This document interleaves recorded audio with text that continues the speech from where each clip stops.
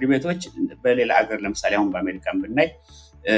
ከህገ መንግስቱ ጋር ይቃረናል ይሄ ወይስ አይቃረንም የሚለውን ተርጉመው ከፈለጉ ማገድ ይችላሉ እንዳይወጣ ማድረግ ይችላሉ ወይ እንዲሻሻል ማድረግ ይችላሉ እንደዛ አይነት ሁኔታ ኢትዮጵያ ውስጥ የለም ለማስፈራራት ነው ይሄን ነገር ራሱ ለማሸበር ነው ራሱ አሁን አንዱ ህግ ወጣ በየኔ መወስድ ይሄ መንግስት ከመጣ በኋላ እንዳውም ቶርቸሩ ተጠናክሮ ተባብሶ ቀጥሏል ምን ጎደለና ነው አሁን አዲስ ህግ የሚያስፈልገው እያደረጉ አይደለም ወይ የሚል ነገር አስቷል በርካታ የሆኑ ሰዎችን ማቅረብ ይቻላል በቶርቸር ያለው ኢንፋክት አሁን በቅርቡ ሁለት ቀን በፊት ይሄ በነገራችን ላይ በክልሎችን በጣም የተስፋፋ ነው ቶርቸር በነገራችን ላይ በኢትዮጵያ ህግ ቶርቸር አይደረግ የሚል ወንጀለኛ መቅጫ የለም ዛሬ ሪፖርቱም ላይ እንደዛ ይላል ጥያቄ ድል አልተሰጠኝም ብሎ ረጾ መውጣቱን ቢሻለው ወይስ ካላመኑ በመቅረት ነው የሚሻለው የሚለው ነገር የመንግስት ደጋፊዎች ናቸው አሁን እነዚህ ፖለቲካል ፓርቲ የሚባሉ እንግዲህ ቆጥረህ 3-4 ቢሆኑ ነው አሁን እውነተኛ ተቃዋሚ ሊባሉ የሚችሉ አሁን ያሉ ሐሳብ ደረጃ ሰላማዊ ትግል የለም ብለዋል ፓርቲዎች ደግሞ አይ ሰላማዊ ትግል አለ ብሎ ነው የተንቀሳቀሱ ያሉት አሁን ያለው በዚህ በፌደራል መንግስቱ በኩል ያለው ባርበር ጥያቄ ጋራ ተያይዞ ከኤርትራ ጋራ ወደ ግጭት የሚገባበት ሁኔታ ይፈጠራል ብሎ ያስባሉ ወይ እኔም የኤርትራ ህዝብ ራሱ በሉዓላዊነቱ በጣም ከፍተኛ ሆነ ያለው ህዝብ ነው ምንም ጥርጥር የለውም በዛ እና በሙሉ ዲያስፖራ ያለው ሁሉ ተሰብስቦ ይገባል አሁን እንደዛ አይነት ጦርነት በኤርትራን ሉዓላዊነት ለመድፈር ኢትዮጵያ እንደገና ጦርነት ብትጀምር ለምን እና ዝም ብሎ ኢሞሽናል የሆነ ነገር ነው የምልህ አሰበኛ ናት ደና መጣታለን በጉልበት ሞትላታለን የሚለው አይሰራም ምንም የለበት ትክክልም አይደለም የሚወጣው እኮ የደሃው ልጅ እኮ እኔም ይሄን ጦርነትና ሁሉ ነገር ደጋግሜ እኮ ነው ያለው በሰላም አንነጋገር አላለም የኤርትራ መንግስት እና ቅድም ያነሳው ለምሳሌ አሜሪካኖች ይሄን ሁሉ ለመቋቋም ይመስላል አንዱ የሚያስቡት ስትራቴጂ ሶማሊላንድ ምናልባት እውቅና እንስጥ ብለው ሳያስቡ አይቀርም እንግዲህ በተለይ የሶማሊላንዱ ፕሬዝዳንት አብዱራህማን በጣም ተስፋ አለው ብሎ ነው እንግዲህ የሚናገረው አውሮፓም ሄዶ ነበር ለጉብኝት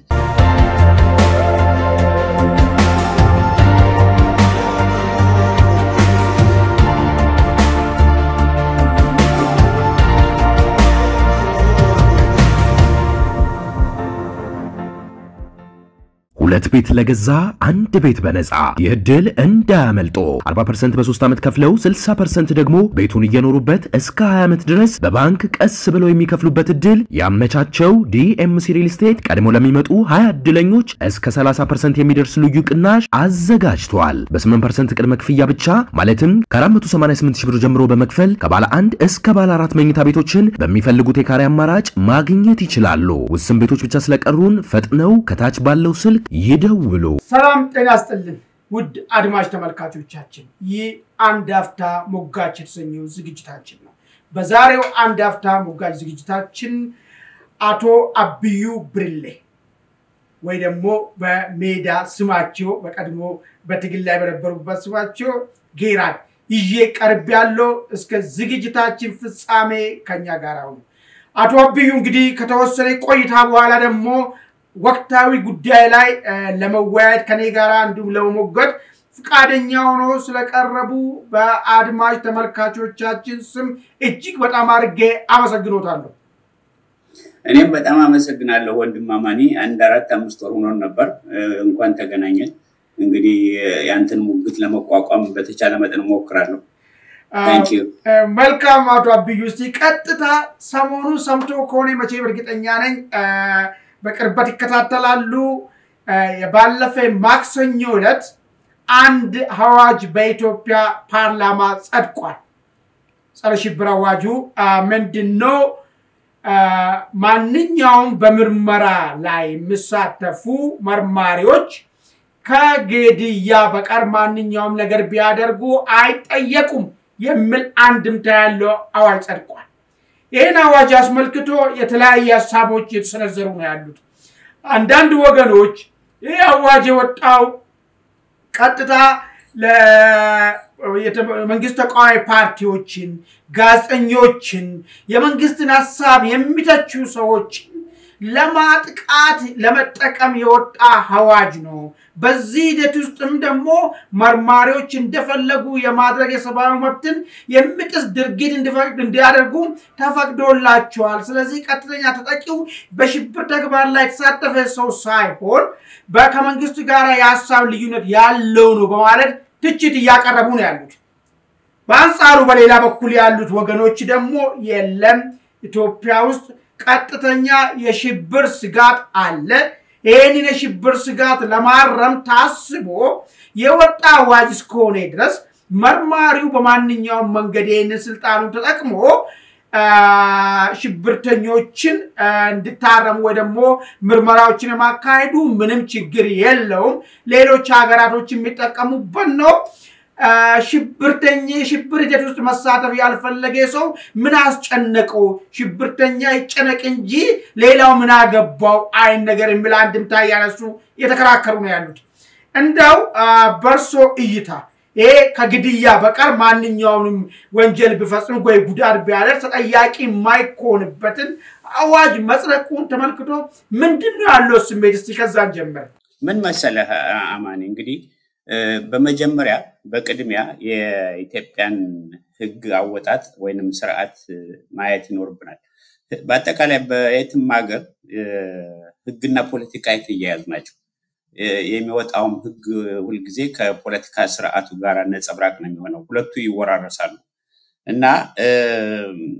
እንግዲህ በአገሪቱ ውስጥ የበላይ የሚባለው ህገ መንግስቱ ነው እና የሚወጡት ህጎችም ያንን ተመርኩዘው መሆን ይኖርባቸዋል ከህገ መንግስቱ ጋር የሚቃረኑ መሆን የለባቸው እና እንግዲህ ወደ እዚህ አሁን ወደ ወጣው ህግ ዘለን ከመግባታችን በፊት ይሄን እነዚህ ግንኙነቶችን በደንብ መረዳት ይኖርብናል የኢትዮጵያን የፖለቲካ ስርዓትና የህግ አወጣጥ እና በኢትዮጵያ ውስጥ እንግዲህ የህግ የበላይነት የሚባል የለም የህግ የበላይነት ማለት ወይንም ሩል ኦፍ ሎው የሚሉት ህገ መንግስቱ ሲከበር ነው እና እስካሁን ድረስ በተለይ በዚህ መንግስት ወይንም በቀደም በወያኔ መንግስት ታየው የህግ የበላይነት የለም ሲፈልጉ ህገ መንግስቱን ይጥሳሉ አይፈልጉ ደግሞ ህገ መንግስቱ ይከበር ይላሉ ስለዚህ ዋናው ህግ የሀገሪቱ ህገ መንግስቱ አይከበርም ስለዚህ በፈለጉበት ጊዜ ህግን ሊያወጡ ይችላሉ ወይንም ሊሽሩ ይችላሉ ከዛ በላይ እንግዲህ አንድ ዋናው የህግና ፖለቲካ ያያዛል ያልኩበት ምክንያት የፖለቲካ ስርዓቱ ሁሉ ጊዜ ሶስት የመንግስት ቅርንጫፎች ይኖሩታል እነዚህም ህግ አውጪና ህግ ተርጓሚ ህግ አውጪ ማለት እንግዲህ በኢትዮጵያ አይነት ካየነው በጠቅላይ ሚኒስትር በፓርላማ ስለምትተዳደር የፓርላማው ነው ህግ አስፈጻሚው ያው የጠቅላይ ሚኒስትሩ የሚመሩት ከነ ካቢኔያቸው እንግዲህ በስራቸው የፖሊስ የመረጃ የመሳሰለው ሁሉ የደህንነት ሁሉን ጨምሮ ነው ከዛ ደግሞ ተርጓሚው አለ እና ፍርድ ቤት ማለት ነው እነዚህ ሶስቱ ቅርንጫፎች ቸክ ካልተደራረጉ ወይንም ደግሞ ባላንስ ሆነው ተደጋግፈው ካልሄዱ ሁሉ ጊዜ ችግር ይፈጠራል አሁን በኢትዮጵያ ሁኔታ ላይ ስናየው ወይንም በሌሎች አምባገነን በነገሰባቸው አገሮች ላይ ስታይ የነዚህ ሶስቱ ግንኙነቶች የተዛባ ነው ዋናው በተለይ ይሄ ህግ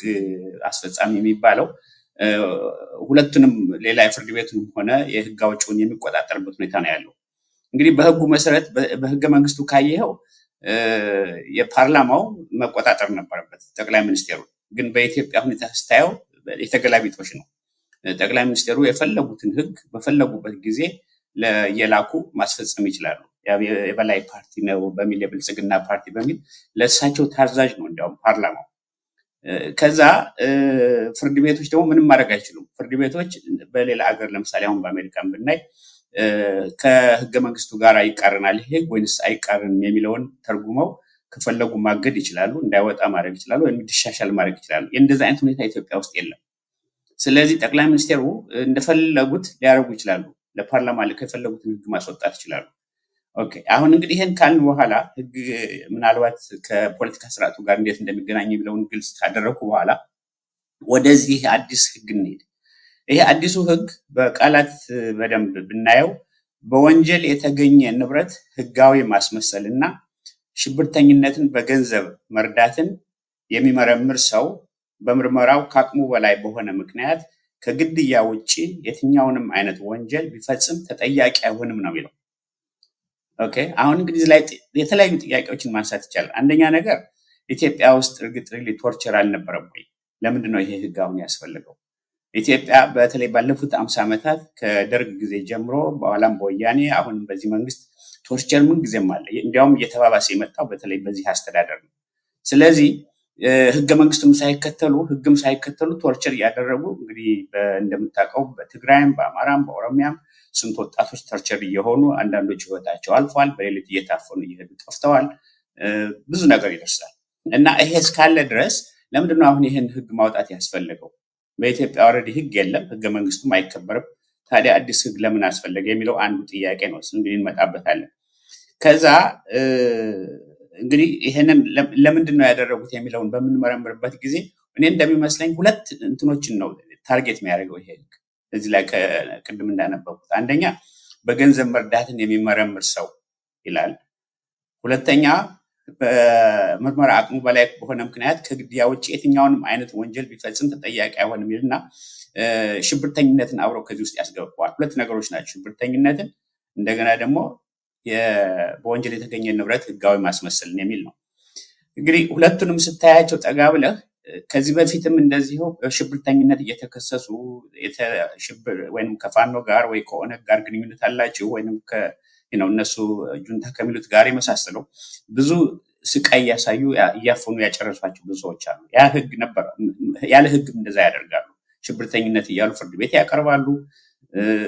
የፈለጉትን ያስፈጽማሉ፣ ያፍናሉ፣ ብዙ ነገር ያደርጋሉ። የተገደሉ በርካታ ናቸው። እንግዲህ የፖለቲካ መሪዎች ዋና ዋና መሪዎችን መጥቀስ ይቻላል በዚህ አንፃር። ታዲያ ለምንድን ነው አሁን ይህን ህግ እንደዚህ ማውጣት ያስፈልገው ነው? ሁለተኛ እንግዲህ ከዚህ ጋር ያያይዘው አሁን ወደ ንብረት ነው ያገናኙት። አሁን በወንጀል የተገኘ ንብረት ህጋዊ ማስመሰል እዚህ ጋር ከሽብርተኝነት ጋር ያያይዙና እንግዲህ በተለይ አሁን ማጥቃት የሚፈልጓቸው ለማስፈራራት ነው። ይሄን ነገር ራሱ ለማሸበር ነው ራሱ አሁን አንዱ ህግ ወጣ ብዬ ነው የምወስደው። ምክንያቱም መንግስት ራሱ አሸባሪ ነው፣ ሌሎችን አሸባሪ ይላል። ግን በተቻለ መጠን አሁን ፍርሃት ላይ ስለሆነ ያሉት በየቦታው አመጽ ይነሳብናል ብለው ስለሚያስቡ ራሳቸው የበለጠ ይሄን ሽብርተኝነቱን ማስፈራራቱን እያጠናከሩ ለመምጣት ነው። ይሄን ህግም ያወጡትም ለዛ ነው የሚጠቀሙበት እንጂ ቶርቸር ሳያደርጉ ቀርተው አይደለም። እና ለምሳሌ ነጋዴዎችን መውሰድ እንችላለን። ወይ እናንተ ፋኖን ትደግፋላችሁ ኦነግን ትደግፋላችሁ ብለው ማሰር ይችላሉ፣ ማፈን ይችላሉ ማለት ነው በዚህ ህግ። ከዛ ወስደው መመርመር፣ መቀጥቀጥ፣ ሁሉ ነገር አካል ማጉደል ይችላሉ። ከዛ እንግዲህ የሰብአዊ መብት ተሟጋቾችን ቅድም አንተ ራስህ እንዳነሳው እነሱን ደግሞ ሽብርተኞች ጋር ግንኙነት አላቸው ወይንም ገንዘብ ትሰጣላቸው የመሳሰሉን ወንጀል ይሄንን ወንጀል እየጠቀሱ ብዙ ችግር ሊፈጥሩባቸው ይችላሉ። ህይወትም እስከሚጠፋ ድረስ ሊያደርሱ ይችላሉ። ሲያደርሱም ነበር። ምንም አዲስ ነገር አይደለም። የፖለቲካ መሪዎችንም እንደዛ ያደርጋሉ፣ ባለስልጣኖችንም እንደዚሁ አንዳንዶችን የሚፈልጓቸውን በዚህ እንትን ሊያስገቡ ይችላሉ። ግን ይሄ ህግ ማዕቀፍ የሚባለው ነገር ምንም ትርጉም የለውም። ሪሊ እነሱ ሲያደርጉት ነው የነበረው። አሁን ለማሸበር እና በተቻለ መጠን ለማስደንገጥ የራሳቸውን ደግሞ ፍርሃት ማንጸባረቂያ እንዲሆን ነው ያወጡት ብዬ ነው የምወስደው። አይ ቲንክ ባጭሩ በዚህ እንጀምርና በኋላ ወደ ህገ መንግስቱ ጋር ላይ ያይዘው እሞክራለሁ። ምክንያቱም እንዴት ብሎ ሊቃረን እንደሚችል ከህገ መንግስቱ ጋር ብዙ ዝርዝሮች አሉ። ህግ ያለበት የህግ የበላይነት ያለበት ፖለቲካ ስርዓት ቢኖር ኖሮ ይሄ ህግ ከህገ መንግስቱ ጋር ሙሉ በሙሉ የሚቃረን ነው እና ደህና ፍርድ ቤት ነፃ የሆነ ፍርድ ቤት ቢኖር ኖሮ ማስቆም ማገድ የሚችለው ነው። ግን ምንም ፍርድ ቤት ስለሌለ ፍርድ ቤቱንም ራሱ ይሄ አስፈጻሚ የምትለው እንደፈለገው የሚቆጣጠርበት እንደፈለገው ፖሊስ ያስራል። ፍርድ ቤት የፈረደውን ራሱ አንለቅም ብለው እንደገና መልሰው እስር ቤት ያስገባሉ ወይንም አፍነው አስረው ፈጽሞ የት እንደደረሱ እንዳይታወቅ ብዙ ድብቅ ያደርጋሉ። በየከተሞች አሁን ብዙ የማፈኛ ቦታዎች አሉ። እንደምታውቀው አዲስ አበባ ራሱ ብዙ ቦታ አለ በድብቅ እያፈኑ ቶርቸር የሚያደርጉበት እና ይሄን ህግ ሪል ያወጣን የሚሉት እነሱ አሁን ልክ ቶርቸር ሳያደርጉ እንደነበረ እንደቆዩ ወይንም የሰብአዊ መብት ሲቆረቆሩ እንደነበሩ ለማስመሰል ነው። ግን ማስፈራሪያም ነው ነገሩ የሚሆነው። ስለዚህ እንዲያውም በአንጻሩ ምንድነው አንድ ሪፖርት ሁሉ ብዙ አለ በነገራችን ላይ እሱም በኋላ እንመጣበታለን። ኢትዮጵያ እስቲ እዚህ ላይ አንድ ጥያቄ ላንሳ እስቲ ወደሚቀጥለው ከመሄዳችን በፊት ወደ ዝርዝር እርስዎ ካነሱት ነጥብ ውስጥ ይሄ መንግስት ከመጣ በኋላ እንዳውም ቶርቸሩ ተጠናክሮ ተባብሶ ቀጥሏል፣ ምን ጎደለና ነው አሁን አዲስ ህግ የሚያስፈልገው እያደረጉ አይደለም ወይ የሚል ነገር አስቷል። እንግዲህ አይ ቲንክ ቅርብ ጊዜ ይመስለኛል ጠቅላይ ሚኒስትር አብይ አህመድ ምንድነው ያነሱት? አንዴ እኛ እኮ ከዚህ በፊት እንደነበረ የሚታወቅ ነበር፣ ቶርቸርም እያረግና አይደለም ጥፍርም እየቆረጥና አይደለም እግርም እየቆረጥና አይደለም አልፎን ተርፎ የተለያየ የሚታወቁ እንግዲህ ለመጥቀስ የሚከብዱት ማዕከላዊ ላይ ሲፈጸሙ የነበሩ ነገሮች እየፈጸምና አይደለም ለዚህ ደግሞ ምስክር የሚሆነው ታስሮ የወጣ ሰው ይናገር ይደርሶብኛል ወይ የሚል ነገር አስቶ ነበር ይሄን ያነሳው ታሪርሶ ካስቀመጡ ነገር ጋር ስለተቃረነብኝ ነው ምናልባት እርሱ ተባብሶ ቀጥሏል ነው ብሉት መንግስት ደግሞ አይ የለም እንዳውም የታለ ታስረናቸው ለቀቅናቸው ሰዎች እንኳን እንደዚህ አይነት ተፈጸመብንም ብሉ ሰዎች የታሉ ምን ነገር አንስቷል ይሄ እንዴት ይጣጣማል አቶ አብዩ ጥሩ ጥያቄ ነው ምን መሰለ እሱ ይሄ መንግስቱን ጊዜ እንደሚዋሽ ዓለም በሙሉ የሚያቀው ነው የኢትዮጵያ ህዝብ በሙሉ የሚያቀው ነው የተገላቢጦች ነው ሁሉ ጊዜ የሚናገሩት ነገር እነሱ ሐቅ አይደለም የሚናገሩት ለነሱ ውሸት ሐቅ ነው ለኢትዮጵያ ህዝብ ግን የነሱ የሚናገሩት በሙሉ ውሸት ነው እና በርካታ የሆኑ ሰዎችን ማቅረብ ይቻላል በቶርቸር ያለው ኢንፋክት አሁን በቅርቡ ከሁለት ቀን በፊት ይሄ በነገራችን ላይ በክልሎችን በጣም የተስፋፋ ነው ቶርቸር አንድ ሪፖርት ነበር ምናልባት አዳምጠ ሊሆን ይችላል ሄዶ በደንብ እየመረመረ ጥሩ አድርጎ ሪፖርት የጻፈ ሶማሊያ ክልል ራሱ እና አንድ ሀቫና የሚባል እስር ቤት አለና የማሰቃያ ቦታ ነው በዛ ውስጥ በተለይ በእድሜያቸው ከ18 ዓመት በታች ሆነው ሁሉ ሳይቀር ስም ዝርዝር ሁሉ አለ እስከ 70 ገደማ የሚሆኑ የተቀጠቀጡ እንዲያውም በጣም በሚያሰቀቅ ሁኔታ በወንድ እየተደፈሩ ሁሉ ህይወታቸው አልፏል ይሄ እንግዲህ በአንድ ክልል ነው በኦሮሚያ ብትሄድ ደግሞ የባሰን ከዛ የባሰ ነው ብዙዎች እንዳለ ዝም ብለው በየእስር ቤቱ እየወደቁ የቀሩ ብዙ አሉ ሌላ በግልጽ የሚነገሩ የታገኙ ሁሉ አሉ ለምሳሌ አንዱን ወስደው ትዝል ይሆናል ከኢንሳሚ ሰራ የነበረ ቀጥቀጣው መጨረሻ ላይ ፀሐይ ላይ ሁሉ ተውት ወደ አዋሽ አርባ ወስደው ጅብ እንዲበላቸው ሁሉ በግልጽ አስቀምጠው ዛት ተዋቸው መጨረሻ ላይ እንዴት ጅብ አልበላችሁም ብለው ሄደው አንስተዋቸው በኋላ እሱ ምንም መናገርም ስማትም ስለማይችል መጨረሻ ላይ እንደዚህ ህይወቱ አለፈ እንደዚህ አይነት ነገሮች እየተቀጠቀጡ የወጡ ቋሉ በርካታ ጋዜጠኞችም የሚሆኑ የሰብአዊ መብት ተሟጋች የነበሩ እኮ በደንብ በግልጽ ታሪክ ማቅረብ ይችላሉ ነፃነት ቢያገኙ እና ይሄ መንግስት ዝም ብሎ ውሸቱን እንደሚናገር ምንም ጥርጥር የለውም ብዙ ኤቪደንስ አንድ ትልስ ለምሳሌ በኢንተርናሽናል ደረጃ የዛሬ 2 አመት ነው በማርች 2023 አንድ እንትን ነበር ስብሰባ ወርክሾፕ በጣም ጥሩ የሆነ ወርክሾፕ አዲስ አበባ ላይ ነው እና ይሄንን ወርክሾፕ ስፖንሰር ያደረገው ወርልድ ኦርጋናይዜሽን አጌንስት ቶርቸር የሚባል ነው OMCT ይባላል እና 5 ሰብአዊ መብት ተሟጋቾች ጋር ድርጅቶች ጋር አብረው አቀናብረው ነው ያደረጉት እና ጥሩ የሆነ ወርክሾፕ ነበር በዛ ላይ በጣም ዝርዝር የሆነ እድል ካገኘ አንተም ልታዩት ይችላል የቴት ቦታ ቶርቸር እንደሚደረግ የቴት ቦታ መታፈን እንዳለ ስንት በቁጥር ሁሉ ያስመዘገቡ በሙሉ ያቀረቡት ነበር እና ከዛ ላይ በጣም ጠቃሚ የሆኑ እንዲያውም ምክር ሐሳቦች ለመንግስት ሁሉ የሰጡበት ዶክመንት ነው ወደ 50 ፔጅ ነው ወደ 50 ገጽ ነው እንደዚህ ነው በነገራችን ላይ በኢትዮጵያ ህግ ቶርቸር አይደረግ የሚል ወንጀለኛ መቅጫ የለም እዛ ሪፖርትም ላይ እንደዛ ይላሉ በህገ መንግስቱ አለ ግን በህገ መንግስቱ ግን ወደ ሊተረጎም የሚችለው ይሄ ክሪሚናል ኮድ የሚሉት ወደ ወንጀለኛ መቅጫው ከገባን ይሄ በተለይ አሁን እነዚህ የሚቀጠቀጡትን የሚገሉትን ጥፍር የሚነቅሉትን የሚደፍሩትን በኤሌክትሪክ ሾክ የሚሰጡትን የመሳሰሉትን ሁሉ እንዴት አድርገህ ልታስቆመው የትችልበት ህግ ራሱ እስካሁን የለም ሴቶች የሚደፈሩትን ሌላው ቀርቶ አሁን በጦርነት ላይ በጣም ተስፋፋ አሁን አንዱ ሴቶች እህቶቻችን እናቶቻችን በሙሉ የሚደፈሩት ነው በሺ የሚቆጠሩ ናቸው በአማራ ክልል በትግራይ በመሳሰሉት እና የፖለቲካ ባህሉ ራሱ የኢትዮጵያ በተለይ የዚህ መንግስት ቶርቸርን በጣም አቅልሎ ነው የሚያየው አንድ ምሳሌ ለምሳሌ በትግራይ ጦርነት ጊዜ ራሳቸው ጠቅላይ ሚኒስትሩ ምንም ያለ ፍረት የተናገሩት ስለ ሴቶች መደፈር በሺ የሚቆጠሩ ብዙዎች ተደፈሩ የሚል ስሞታ በየቦታው ሲመጣ የእናንተ ሴቶችስ በወንድ ነው የተደፈሩት የኛ ወታደሮችስ በሳንጃ ነው እንግዲህ አንድ ጠቅላይ ሚኒስትር ተመልከተ የራሱን ዜጎች ሴቶችን እንደዚህ አድርጎ አቃሎ ቶርቸርን መደፈርን እንግዲህ በዚህ መልኩ ሲናገር ምን ትለዋለህ እና ቶርቸር በዚህ መንግስት በእነዚህ ስርዓት ውስጥ እንደ ባህል ነው ምን አገር የሚያውቀው ነው ኢትዮጵያ ህዝብ በደንብ የሚናገረው ነው ብዙ ዝርዝር ማቅረብ ይቻላል አምነስቲ ኢንተርናሽናል ያወጣዋል ሁማን ራይትስ ዎች ያወጣል በነገራችን ላይ የኢትዮጵያ መንግስት ራሱ እንትን አድርጓል ፈርሟል ቶርቸርን ማስቆም አለብን የሚል በዲሴምበር 1984 ላይ ነበር ዩናይትድ ኔሽንስ ጠቅላላ ስብሰባ ሁሉም ሀገሮች በሙሉ የፈረሙበት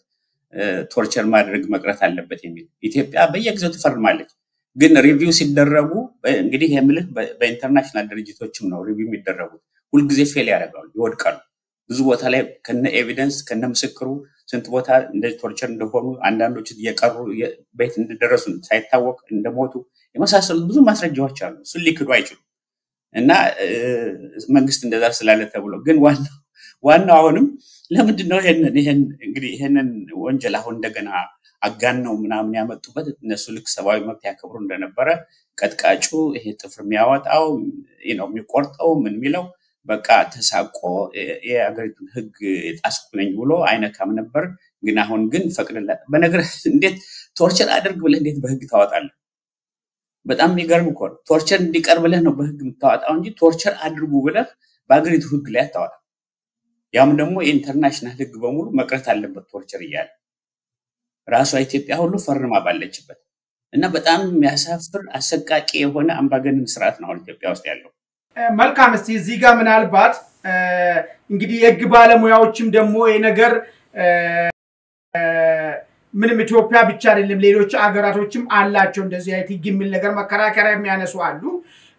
እንደው ከዛ አንፃር ሌላ አገራቶች ላይ ምን አይነት ተሞክሮ ያለው ምናልባት በእንደዚህ መረጃ ካሉት የሚለውን ነገር ነው። ሌላው ነገር ግን ጠቅላይ ሚኒስትር ዶክተር አብይ አህመድ ወደ ስልጣን ሲመጡ አንድ ንግግር ያደረጉ ፓርላማ ላይ ያደረጉ ንግግር አለ። ኢትዮጵያ ውስጥ መንግስታዊ ሽብር ነው የሚፈጸመው የነበረው የሚል ነገር ነው ያነሱ። ምናልባት ያውን ቶርቸር ህጉን ወይ ደግሞ ከመግደል ባሻገር ያለው ማንኛውም ነገሮች ለነዚህ መርማሪዎች መጠቀም ከተጠቀሙ አይጠየቁም የሚለው አዋጅ ይሄንን ንግግር ጋር የሚፋለስ ይሆናል ወይ? ያኔ ኢትዮጵያ ውስጥ አሸባሪ ያለው መንግስት ነው ምርመራ ብሎ እግር የሚቆርጥ የሚያኮላሽ ጥፍር የሚነቅል የተባለው ያው እነዚህ ሂደቶች ሁሉ ምርመራ ላይ ስለሚፈጸሙ አሁን ደግሞ ይሄን ነገር መፍቀዱ ምናልባት ከዚህ ንግግር ጋር ይፋለሳል የሚል ሐሳብ የሚያነሱ ሰዎች አሉ። ይሄንስ እንዴት ያሉ ሌሎች አገራት ላይ ተመሳሳይ ህጎች የሉም ወይ የሚለውን ነገር ማያይዞ እንዲያዩልኝ። በጣም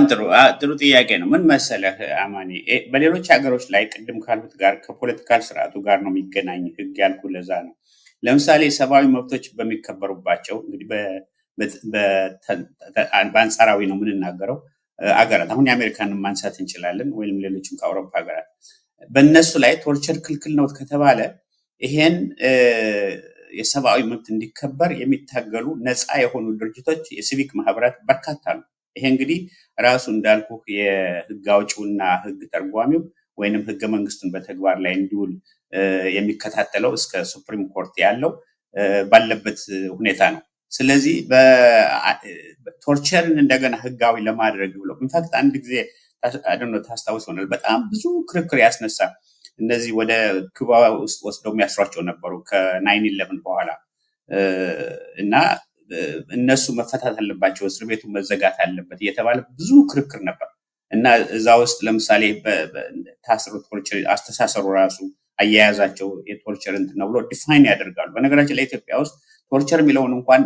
በክሪሚናል ኮዱን እስከማውቀው ድረስ ዲፋይን እንዳልሆነ አሁን ፖለቲካው ላይ ነው ማያይዘው። እኔ ህግ ባለሙያ አይደለሁም። እሱን ህግ አዋቂዎች በደንብ ዝርዝሩ ሊሄዱበት ይችላሉ። ግን ህግና ፖለቲካ የተገናኙ ናቸው ስላልኩ አሁን ከፖለቲካ ስርዓቱ ጋር ያገናኘው ነው የምናገረው እና በእንደዚህ ሀገሮች ላይ እንደ አሜሪካ ባሉት ላይ ህጋዊ እንትን አሁን ከ9/11 በኋላ አንዳንድ የተሻሻሉ ህጎች ነበሩ። አሁን አንድ ጥሩ ምሳሌ ደግሞ ሌላ ልስጥህ። አሁን ዋተር ቦትል የሚሉት አለ። ይሄ በውሃ ማፈን ይፈቀድ አይፈቀድ የሚል ያኔ እንትኖች እነዚህ ሽብርተኞችን እንዲያምኑ ለማድረግ በሚል በሱ ምክንያት ሰፊ ጭቅጭቅና ክርክር ነበር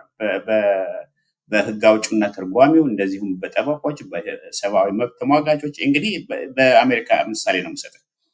የዋተር ቦትል የሚባለውን ይሄ በውሃ ማፈን የሚለውን ይሄ አንገታቸውን እያስደፉ ውሃ ውስጥ እንትን እንዲያረጉ እንዲፈሩ ለማድረግ የሚጠቀሙ ነበር። ያን ሁሉ ዝርዝር ሄደው ነው እንግዲህ የሚነጋገሩት እንደነዚህ አይነት ሀገሮች። ኢትዮጵያ ውስጥ እንደዚህ አይነት እንኳን ገደብ የለም። እንደፈለገው ሊቆርጥ ይችላል፣ እንደፈለገው ሊገል ይችላል፣ እንደፈለገው ሊያሰቃይ ይችላል፣ ሬፕ ያደርጋል፣ የመሳሰሉት ነገሮች ምንም የሚያግዳቸው ነገር የለም። ሄዶም እንኳን ለመመርመር እንኳን አይቻልም። የሰብአዊ መብት ተሟጋቾች እንኳን ሄደው ማየት አይችሉም። እና አሁን ጠቅላይ ሚኒስትሩ ያሉት ያልከው መንግስታዊ ሽብር ያልከው መንግስታዊ ሽብር እንዲያውም የባሰ የገደደው አሁን በዚህ መንግስት ጊዜ ነው። አሁን እኮ በግልጽ በአደባባይ እኔ የምልህ ሰው ተሰቅሎ እንትን የሰው ሌላው ተሰብስቦ የሚያጨበጭብበት የሚቃጠልበት ሬሳ ባህያ ላይ ተጭኖ የሚሄድበት በጣም የሚያሰቅቅ ለማየት እና ለመስማት የሚዘገንን የሚሰቅቅ ነገር የተደረገው በዚህ መንግስት ጊዜ ነው። እነዚህ እኮ ተደረጉት አሁን ለምሳሌ የገለጹልኝ በሙቭ ነው እንጂ በቁጥጥር ስር ውሎ ቀደመው መንግስታዊ ሽብር ያስባለው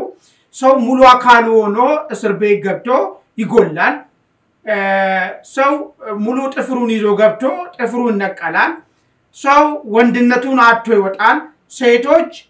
ተደፍሮ ሞራላቸው ተነክቶ ይወጣል። ይሄን ነገሮች በህግ ከለላ ስር ያሉ ነው የነገሮች ሁሉ የሚፈጸምባቸው። እሱ ነው መንግስት ዜጎችን ያሸበረ ነበር የሚል መከራከሪያ የተነሳው ነገር ማለት ነው። አሁን በዚህ ደረጃ ምናልባት እርሱ መከራከሪያ አሁን ብሷል ካሉ በህግ ስር ገብቶ ልክ ከዚህ በፊት ማዕከላዊ እንደሚባል በዚህ ደረጃ እንደዚህ አይነት ድርጊቶች የሚፈጸምበት ቦታ በይፋ ታውቆ አለ ወይ? ሰዎች ይገደላሉ ምናምን እሱን በመንግስታዊ ማዕቀፍ ሳይሆን በኢመደበኛም በተለያየ መንገድ ነው የሚፈጸመው ነገር። እሱ አሁን የነገሩኝ ሰው ተሰቅስቆ ይሰቀላል፣ ታግቶ እንትን ይላል፣ እሳት ውስጥ ይገባል፣ በድንጋይ ተወግሮ ይገደላል የሚሉ ነገሮች ሁሉ እነዚህ ከመንግስት መዋቅር ውጪ በኢመደበኛ ወይ ደግሞ በሙቡ ነው ይሄ ነገሮች ሲፈጸሙ ያየናቸው ማለት ነው። በዛኛው አንፃር ግን አለ ወይ ይብሳል የሚያስብል ነገር ተቋም ወጥቶለት እንደዚህ የሚደረግበት ቦታ የሚለው ነገር ለማንሳት ፈልጌ ነው። አንደኛ ነገር ከመደበኛ መንግስት እንትን ውጪ የሚለው ትክክል አይደለም አማኒ።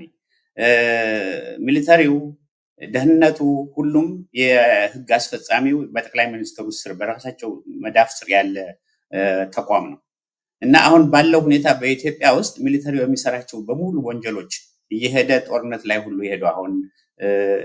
ምንድነው ሴቶችን የሚደፍሩበት የሚዘርፉበት የሚቀጠቅጡበት እያዋጡ የሚገሉበት ይሄ ሁሉ ያ ራሱ ወንጀል ነው። ቶርቸር በግልጽ የሚያደርጉበት መንግስት እያወቀ ነው። የዚህ ሁሉ የሰራዊቱ የደህንነቱ የበላይ እንትን ጠቅላይ ሚኒስትሩ ናቸው። እሳቸው ሊያስቆሙት ካልቻሉ እንግዲህ ምን ትላለህ? ቅድም እኮ ምሳሌ የሰጠሁና አሁን ለምሳሌ ሴቶችን መድፈር ወስደው ልክ አሁን ያንን የሚሰማ ወታደር እናንተ ሴቶች በወንድ ነው የተደፈሩ የሚለውን ምን ይላል? ያ ወታደር አሁን ዘመቻ ትግራይ ወይ ኦሮሚያ መሄድ ወይንም አማራ ክልል የሚሄድ ወታደር ጠቅላይ ሚኒስትሩ እንኳን እንደዚህ ሲሉ ብሎ ስንት ሴቶችን ሬፕ ያደርጋል? በግልጽ እንደዛ ነው እኮ። ይሄ እንግዲህ በግልጽ የሚደረገው ነው ማለት ያንን አወጣህ ልጥለው አትችልም። በመሸፈንማ በሚቀጠቀጥማ ብዙ ኤቪደንስ እኮ አልኩ። ብዙ ኤቪደንሶች ማየት ይችላል። አምነስቲ ኢንተርናሽናል የሚያወጣቸው ቅድም ያልኩ ድርጅት ለምሳሌ የሚያወጣቸው ሌሎችም ጽሁፎች የኢትዮጵያ ሰብአዊ መብቶች ራሱ ብዙ ሪፖርቶች አሉ እና እነሱን አሁን በነገራችን ላይ የኢትዮጵያ ሰብአዊ መብቶችን ኮሚሽን ዛሬ ሲሰማ ነበርና ሊያፈርሱት ነው አሁን። እንዲያውም እንደ ዶክተር ዳንኤል በነበሩበት ጊዜ የሚያቀርቡት አይነት ሪፖርት ከቆመ እንግዲህ ብዙ ጊዜ ነው ታውቃለህ። እንዲያውም አሁን ያ ሁሉ አልበቃቸው ብሎ አሁን በራሳቸው ሰዎች ተክተው እዛ የነበሩትን በሙሉ እያጸዱ ነው ያሉት። እና ይሄ መንግስት የሚያደርገው ምንድነው? በተቻለ መጠን ምንም አይነት እንትን መረጃ እንዳይወጣ እና የራሱ የሆነ የመረጃ ዲጂታል ሰራዊት ይባላል ነው ሚስ ኢንፎርሜሽን በሙሉ የሚያመጣ ልክ ምንም ቶርቸር እንደሌለ ይወጡ የሚናገሩ ቅድም ደጋግሜ ያልኩት ነው። የተገላቢጦች ነው ይሄ መንግስት የሚሰራው። ጦርነት ባለበት ጊዜ ሰላም አለ ይላል፣ ቶርቸር ባለበት ጊዜ ቶርቸር የለም ይላል። እንደው አጠርና አርግና አንድ ሁለት ደቂቃ ልስጦትና ከዚህ አጀንዳ እንድንወጣ የዚህ አዋጅ አሁን በዚህ ሰዓት መምጣቱ አስፈላጊነቱ ምን ታስቦ ነው የሚለው ነገር አጠር አድርጎ እስቲ የሆነ ነገር አድርጉልኝ። ቆይ እሱን ቅድምም ብየው ነበር ግን አንድ ወደ ሻገራችን በፊት ኢምፖርታንት ስለሆነ ቅድም ከህገ መንግስቱ ጋር አገናኝልሃለሁ ብዬ ነበር እና አትሊስት ዋና የሚባሉት አንቀጾች ህዝቡም እንዲሰማ ምን ያክል ህገ መንግስት እንደማይከተሉ ብንጠቅሳቸው ጥሩ ይመስለኛል። ላይክ ለምሳሌ አሁን አንቀጽ 9ን ብትሄድ ህገ መንግስቱ የሀገሪቱ የበላይ ህግ ነው ይላል። እሱን ቅድም ነግሬህ ነበር። ህገ መንግስቱን አያከብሩም። አንቀጽ 14 የህይወት አካል ደህንነትና የነጻነት መብት በሚለው ማንኛውም ሰው ሰብአዊ በመሆኑ የማይደፈርና የማይገሰስ በህይወት የመኖር የአካል ደህንነትና የነጻነት መብት አለው ይላል። ይሄንም እንደፈለጉ ነው የሚጥሱት። ለስሙ ነው እዛ ላይ ያለው። እንደገና አንቀጽ 15 ማንኛውም ሰው በህይወት የመኖር መብት አለው። ማንኛውም ሰው በህግ በተደነገገ ከባድ የወንጀል ቅጣት ካልሆነ በስተቀር ህይወቱን አያጣም። እንግዲህ ይሄን ላንተ ተውልሃለሁ እንድታየው። አንቀጽ 16 ማንኛውም ሰው በአካሉ ላይ ጉዳት እንዳይደርስበት የመጠበቅ መብት አለው። ይሄ ሁሉ ህገ መንግስቱ ላይ የተጻፈ ነው። ቅድም አዲስ አዋጅ አዲስ ህግ እያወጡ ነው። እንደውም እስካልሞተ ድረስ አካሉ ይጉደል፣ ጥፍሩ ይውጣ፣ እጁ ይቆረጥ የሚል ህግ ነው አሁን ያወጡት። ህገ መንግስቱን የሚጻረር እንደገና 17 ስትሄድ አንቀጽ 17 ማንኛውም ሰው በህግ ከተደነገገው ስርዓት ውጪ ሊያዝ ክስ ሳይቀርብበት ወይም ሳይፈረድበት ሊታሰር አይችልም ይላል። እንደዚህ ያለ ይቀጥላል። እንግዲህ ሁሉ በሙሉ ህገ መንግስቱ ላይ ያለው ነው። ግን አሁን ጊዜ ስለሌለን አንዱን ዋና አንቀጽ ላይ ላንብል በተለይ ከዓለም አቀፍ ይሄ ቶርቸር ማቆም እንትን ጋር ኢትዮጵያ አብራ ሳይን ያደረገችው በህገ መንግስቱ አብሮ የተጻፈው አንቀጽ 28 የሚሉት ነው። ኢትዮጵያ ባጸደቀቻቸው ዓለም አቀፍ ስምምነቶችና በሌሎች የኢትዮጵያ ህጎች በሰው ልጅ ላይ የተፈጸሙ ወንጀሎች ተብለው የተወሰኑትን ወንጀሎች የሰው ዘር የማጥፋት ያለ ፍርድ የመሞት ቅጣት እርምጃ የመውሰድ ባስገዳጅ ሰውን የመሰወር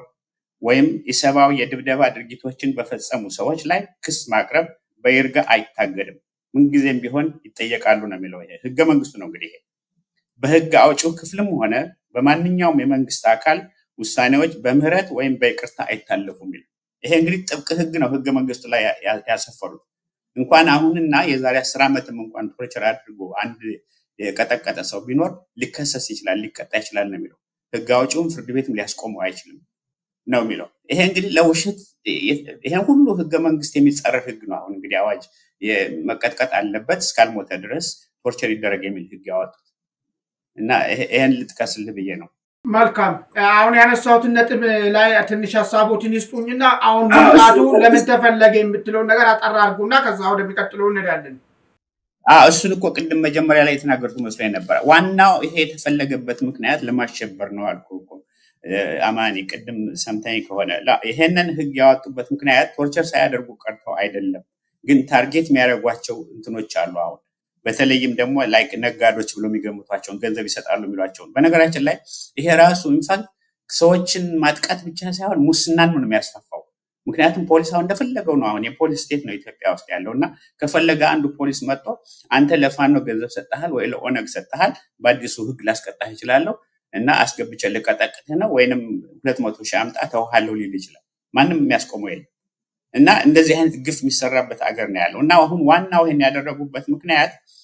ይሄ ሁላችሁ አሁን አውጥቻለሁ ህግና ተጠንቀቁ ማሸበር ነው፣ የመንግስት ማሸበር ነው። ይሄ ሌላ ምንም ትርጉም የለው። እና የሰብአዊ መብት ተሟጋቾችን የፖለቲካ መሪዎችን ቅድም ደጋግሜ እንዳልኩ ነው እነሱን እንዲደነግጡ እንዲሸማቀቁና በተቻለ መጠን ምንም ነገር ለመንግስት ስልጣን የሚያሰጋ ነገር እንዳይሰሩ ነው። ሌላ ምንም ትርጉም የለው። መልካም ወደሚቀጥለው ጥያቄ እንይዛተብዩ እንግዲህ ጠቅላላ ያለ ሀገሩን ፖለቲካና ኢኮኖሚያዊ ጉዳይንም እንዳስበት ይሆናል። እንግዲህ በሀገሪቷ የኑሮ ውድነት ከጊዜ ወደ ጊዜ እየተባባሰ ነው ያለው። የነዳጅ ዋጋ ያው በጣም ጨምሯል። በዛ ላይም አሁን ቫት መክፈል እንደሚጀመርም የተገለጸ ነው ያለው። በሌላ በኩል ደግሞ መጣመት ምርጫ ለማካሄድ እንግዲህ ምርጫ ቦርድ ዝግጁ ነኝ የሚል ሐሳብ መግለጫም ሰጥቷል። ይህ በእንዲህ እንዳለ ጠቅላይ ሚኒስትሩ ከተለያየ ማህበረሰብ አካላቶች ከተወካዮች ጋራ ውይይት እያካሄዱ ነው ያሉት። ከትላንት በስቲያ እንዲያም ከፓርቲ ተፎካካሪ ፓርቲዎች ተወካይ ጋራም ውይይት አካሂዷል።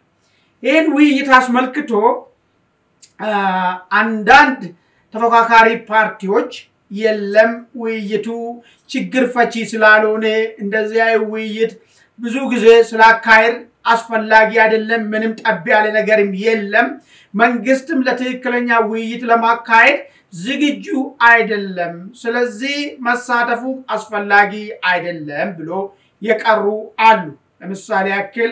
እንደ ኦፌኮ በእነ ፕሮፌሰር መራራ ጉዲና የሚመራው ኦኔግ በእነ ዳውድ ኢብሳ የሚመራው እነዚህ ከዚህ ውይይት ምንም ስለማይገኝ አንፈልግም አንሳተፍም ብሎ የቀሩ አሉ። ሌላ ፓርቲ ደግሞ እርሶ በወጣትነት ዘመኖት መሰረቱት ማለት ይችላል፣ ምናልባት ስሙ ሊሆን ይችላል። ኢያፓ የሚባለው ፓርቲ ደግሞ ውይይቱ ላይ ከተሳተፈ በኋላ ለጥያቄ እድል አልተሰጠኝም በማለት ውይይቱ ረግጦ መውጣቱ የገለጸ ነው የሚገኘው። እንደው በመጀመሪያ ፓርቲዎች በእንደዚህ ውይይት ላይ እንሳተፋለን አንሳተፋም ተሳትፎ ረግጦ መውጣቱ ጠቃሚ ነው ጠቃሚ አይደለም የሚለው ሐሳብ ላይ ትንሽ ሐሳብ እንለዋወጥና እንግዲህ ሰላማዊ ትግል የሚባለው ነገር በማንኛውም ጊዜ ላይ በተገኘው አጋጣሚ ሁሉ ሐሳብን መግለጽ ነው። በተገኘው አጋጣሚ ሁሉ በሰላማዊ በሆነ መንገድ ትችቶችን አቅርቦ የነሱን ሐሳብ የሚረዳውን አባል ደጋፊ ማፍራት ነው። የመንግስትን ደካማ ጎን ማሳየት ነው። እንደዚህ አይነት ሂደት ላይ አንሳተፍም ማለት ከዚህ ከሰላማዊ ትግል ሂደት አንፃር እንዴት ይታያል? አንድ እሱ ወይ አልተሳተፍንም ማላሉ እንሳተፋለን ብሎ ከገቡ በኋላ ደግሞ ረግጦ መውጣቱ ራሱ ምን ጠቀሜታ አለው? ጥያቄ እድል አልተሰጠኝም ብሎ ረግጦ መውጣቱ ቢሻለው ወይስ ካላመኑበት መቅረት ነው የሚሻለው የሚለው ነገርም ሌላ ወያያ የሆነ ስለሆነ ጠቅላላ አድርጎ እስቲ እዚህ ላይ ምን ሐሳብ አለው? በጣም ጥሩ እንግዲህ ለሬከርድ ያክል በተለይ ስለ ኢህአፓ ስላነሳ እኔ በወጣትነቴ ጊዜ የመስራች አባል የነበርኩት ለኢህአፓ ሰራዊት ነው ለኢትዮጵያ ህዝባዊ አብዮታዊ ሰራዊት ለሚባል ወይም ያሲምባ ሰራዊት የፓርቲው መስራቾች ሌሎች ናቸው ምናልባት ስማቸውን ሰምተው ሊሆን ይችላል እነ ብርሃነ መስቀል እነ ተስፋዬ ደበሳይ ሌሎችም እሱን ክሊር ለማድረግ ነው እና ምንድነው እንግዲህ አሁን እንደማየው ምን መሰለህ አማኒ ጠቅላይ ሚኒስቴሩ ፓርቲዎችን ብቻ አይደለም ሌሎችንም የህብረተሰብ ክፍሎች የሰበሰቡ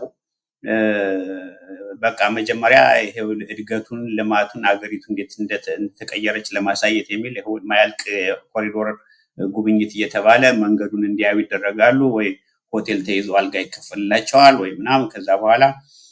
ይጠሩና የጠቅላይ ሚኒስቴሩ ጽፈት ቤት ጠቅላይ ሚኒስቴሩ ከላይ ስቴጅ ላይ ቁጭ ይላሉ ሌሎች ከስር ይሆናሉ ከዛ በቃ ሌክቸር ይሰማሉ ማስጠንቀቂያ ይሰማሉ ስድብ ይሰማሉ በእንደዛ አይነት ይያለ ይቀጥላል እንደዛ ነው ያደረጉ ያሉት እና ይሄ የፓርቲው እንትንም አንደኛ እኩል ናቸው ይሄ ብልጽግና የሚባል በሸውዶም በጉልበትም በምንም በማጭበርበርም ነው ስልጣን የያዘው እንጂ ከሌሎች ፓርቲዎች በምንም የሚለይበት ምክንያት የለም መብት ከመጣ እኩል ነው ከሌሎች እኩል ጋር የመንግስት ስልጣን ስለያዘ እንደፈለገው ሌላዎችን የሚያስርበት የሚያባረርበት የሚያፍንበት ምንም ምክንያት የለም እና ሌላው ቀርቶ ጦርነት ይቁም ያሉትን ሁሉ እኮ እየወሰዱ አስረዋቸዋል አንዳንዶችን እንደምታውቀው በአዋሽ 40 ሁሉ ስንስቃይ ያሳይተዋቸዋል እና አሁን ባለበት ደረጃ ሰላማዊ ትግል አለ የሚለው ዝም ብሎ ነው ሰላማዊ ትግል የሚባል ነገር የለም አሁን ኢትዮጵያ ውስጥ የሚታገሉ አሉ የሚፍጨረጨሩ አሉ በተቻለ መጠን ያችን እድል ለመጠቀም ለምሳሌ ኢህአፓ አንዱ ነው እናት ፓርቲ እንደዚሁ አንድ ደግሞ ሌላሉ መሰለኝ አንዱ ሁለት ከዛ እንግዲህ የትግል ስልታቸውን በዚህ መስኮት ላይ በዚህ ትንሽ ጭላንጭል እድል ላይ እንዴት እንጠቀምበት የሚለው እያንዳንዱ ፓርቲ የራሱ ውሳኔ ነው እኔ ምልህ እኔ እዚሁኝ ጥሩ ነው ጥሩ አይደለም ብዬ ለማለት አልችልም አንዳንዶቹ አንሳተፍ ይላሉ አንዳንዶቹ ተሳትፈው ረግጠው ይወጣሉ እሱ መብታቸው ነው ማንንም ይከለክላቸው የለም ምልህ አቋርጠው መውጣት ይችላሉ እዚህም ሀገር ሌላም ሀገር በዲሞክራሲ ባለበት ህብረተሰብ ውስጥ አለ እና ግን ምንድነው ለምንድነው አሁን ጠቅላይ ሚኒስትሩ ይሄን የሚያደርጉት ነው ጥያቄ ለምንድነው እየሰበሰቡ የሚያናግሩት አንደኛ ነገር ከፍተኛ ሆነ ፍርሃት አለ አሁን በዚህ በብልጽግና ፓርቲ ሁለተኛ ምርጫው እየተቃረበ ስለመጣ በተቻለ መጠን የነሱ ደጋፊዎችን በየቦታው ማስገባት ይፈልጋሉ አንዱ ይሄ መንግስት ትልቁ እንትኑ መከፋፈል ነው አሁን ፓርቲዎችን ራሱ ከፋፈሏቸዋል በቅርቡ ኢንተርቪውን ሰምተህ እንደሆነ በአብዛኞቹ የመንግስት ደጋፊዎች ናቸው አሁን እነዚህ ፖለቲካል ፓርቲ የሚባሉት እንግዲህ ቆጥረህ 3-4 ቢሆኑ ነው አሁን እውነተኛ ተቃዋሚ ሊባሉ የሚችሉ አሁን ያሉት ስለዚህ የኦነግና የኦፌኮ ለምሳሌ አንሳተፍም ማለታቸው እኔ ራሳቸው መብት ስለሆነ ምንም ጥፋት ነው ብዬ አልወስደውም ትክክል ነው ብለው ካመኑበት ሄደን ምናልባት እዛ ዝም ብለን ሰበካና ዝልፊያ ንቀትና ይሄ እንትን ሰምተን ለመምጣት ነው ወይ ሄደው ምክንያቱም እንደውነቱ ከሆነ እውነተኛ ውይይት የሚያካሂዱ ከሆነ በዚህ መልኩ አይደለም ማድረግ የነበረባቸው ሌሎችንም ሁሉ ጠርተው ጥያቄያቸውን በደንብ እንዲያቀርቡ አሁን ኢህአፓ ለምሳሌ ኢንተርቪውን ሰምቻለሁኝና ሌሎችን እነሱን ደጋፊዎች በሙሉ እየጠየቁ ኢህአፓ ተወካዮች ግን ጥያቄ እንኳን እንዲያቀርቡ ድል አልሰጣቸው እና እንዲያውም መጨረሻ ላይ ምናልባት ቢቆዩ ኖሮ ወይ ሊዘልፏቸው ሊሰድቧቸው ነበር መቼም ምልህ ጠቅላይ ሚኒስቴሩ ለምን እንደሆነ አላውቅም ከኢህአፓ ጋር የሆነ የቆሌ እንትን አላቸው መሰለኝና ትውልዱን ሁሉ ነው የሚሳደቡት ኢህአፓን ብቻ ሳይሆን ይሄ ያረጀ አፈጀ ምን እያሉ በቃ ሁሌ መቼም ስድብ ካፋቸው አይጠፋም ስንት ህይወታቸውን የተሰዉበትን ለሀገራቸው ፍቅር ብለው ከሳቸው አስትርጅ 20 የሚበልጥ የሀገር ፍቅር ያላቸው ትውልድ ናቸው በኢህአፓ ውስጥ የታገሉት እና ህይወታቸውን የሰዉት እና የነሱን ቅንጣት ያክል እንኳን የሀገር ፍቅር ስሜት የላቸውም የህዝብ ፍቅር ስሜት የላቸው ያውም እነዚህ ደግሞ ሁሉዎቹ ስንት ጭንቅላት ያላቸው ሰውን የሚያከብሩ በድህነት የሚሆን በምንም ዘመዶቻቸውን የተው ኢትዮጵያን ከድህነት ከመከራ ከድንቁርና ከበሽታ ከረሃብ እናድናለን ብለው ነፃነት ፍትህ እና እኩልነት እናመጣለን ይያሉ ብዙዎቹ ያተሰውት እና ያንን ድርጅት ራሱ እንደዚህ ብለ መስደብ ማንቋሸሽ ምናምን ስልጣን ስላለ ብለ ለምን ብለው ጥያቄ እንኳን ማቅረብ አልቻሉ እና ይሄ እንግዲህ አንድ ህዝብን የማያከብር መንግስት ነው ይሄ መንግስት እንኳን ፓርቲዎችን ህዝብን የሚሳደብ ነው እና ስብሰባ ላይ ጠርተው ራሱ እናንተ ምንም አይገባችሁም ከእውነትም ከእውቀትም የራቃችሁ ናችሁ እንግዲህ ተመልከቱ ውሸት የሚናገር መንግስት ህዝቡን ከእውነት የራቃችሁ ናችሁ ይላል ሌላም ማጥማት ስድብ ነው ምን ቆጥራህ ጨርሰው እና እሱን ለማዳመጥ ነው ወይ ቁጭ ብለን እንትምትለው እኔ ምልህ ቢወጡ ምንም ትልቅ ስተተሰሩ ብዬ አልገምትም እነዛም ባይገቡም ትልቅ ስተተሰሩ ብዬ አልገምትም ምክንያቱም ሰላማዊ ትግል የሚባል የለም ኢትዮጵያ ውስጥ አሁን እና እንዴት ብሎ ነው አሁን እቺ ሀገር እንዲያውም ወደ ምርጫ የሚባል ምርጫ አሁን ላይ ስሙላ ነው እንዴት አድርገው ምርጫ እንደሚያደርጉ ማላቀ በየቦታው ቀውስ ነው ያለው በየቦታው ሰው በረሃብ ያልቃል የኑሮ ውድነቱ ሰማይ ደርሷል ቀድማ አንተ እንደተጠቀስከው ጦርነት በየቦታው ነው ያለው እና አሁንም እንደምንም በዚህም በዛም ሸውደው ብቻ መንግስት ስልጣን ይዘናል ብሎ ለማድረግ ያዘጋጁ ነው ራሳቸው ይሄውን ስብሰባ የሚጠሩት ምን ሚሉት ምናምን አንዱም የጭንቀት ነው ህዝብ አመጽ እንዳያነሳ ነው ስለዚህ ባጭሩ እኔ የምልህ ሰላማዊ ትግል አለ ኢትዮጵያ ውስጥ አሁን ብለን ለማለት የመደራጀት የመጻፍ የመናገር ምንም መብት በሌለበት ሰላማዊ ሰልፍ ማድረግ የማትችልበት ቢሮ ላይ እንኳን ሄደው ተሰብስበው እንኳን የራሳቸውን እንትን ኮንግሬስ ለማካሄድ እንኳን ማይችሉበት ስብሰባ ማካሄድ ማይችሉበት ስልካቸው የሚጠለፍበት በየጊዜው ስለላ የሚካሄድበት ታፍነው የሚታሰሩበት እንደዛ አይነት ሁኔታ ነው ኢትዮጵያ ውስጥ ያለው እና ሰላማዊ ትግል ማለት አይቻልም መልካም አይ እንግዲህ ሐሳብ ነው በርሱ ሐሳብ ደረጃ ሰላማዊ ትግል የለም ብለዋል ፓርቲዎች ደግሞ አይ ሰላማዊ ትግል አለ ብሎ ነው የተንቀሳቀሱ ያሉት ህጋዊ ፓርቲዎችን እኛ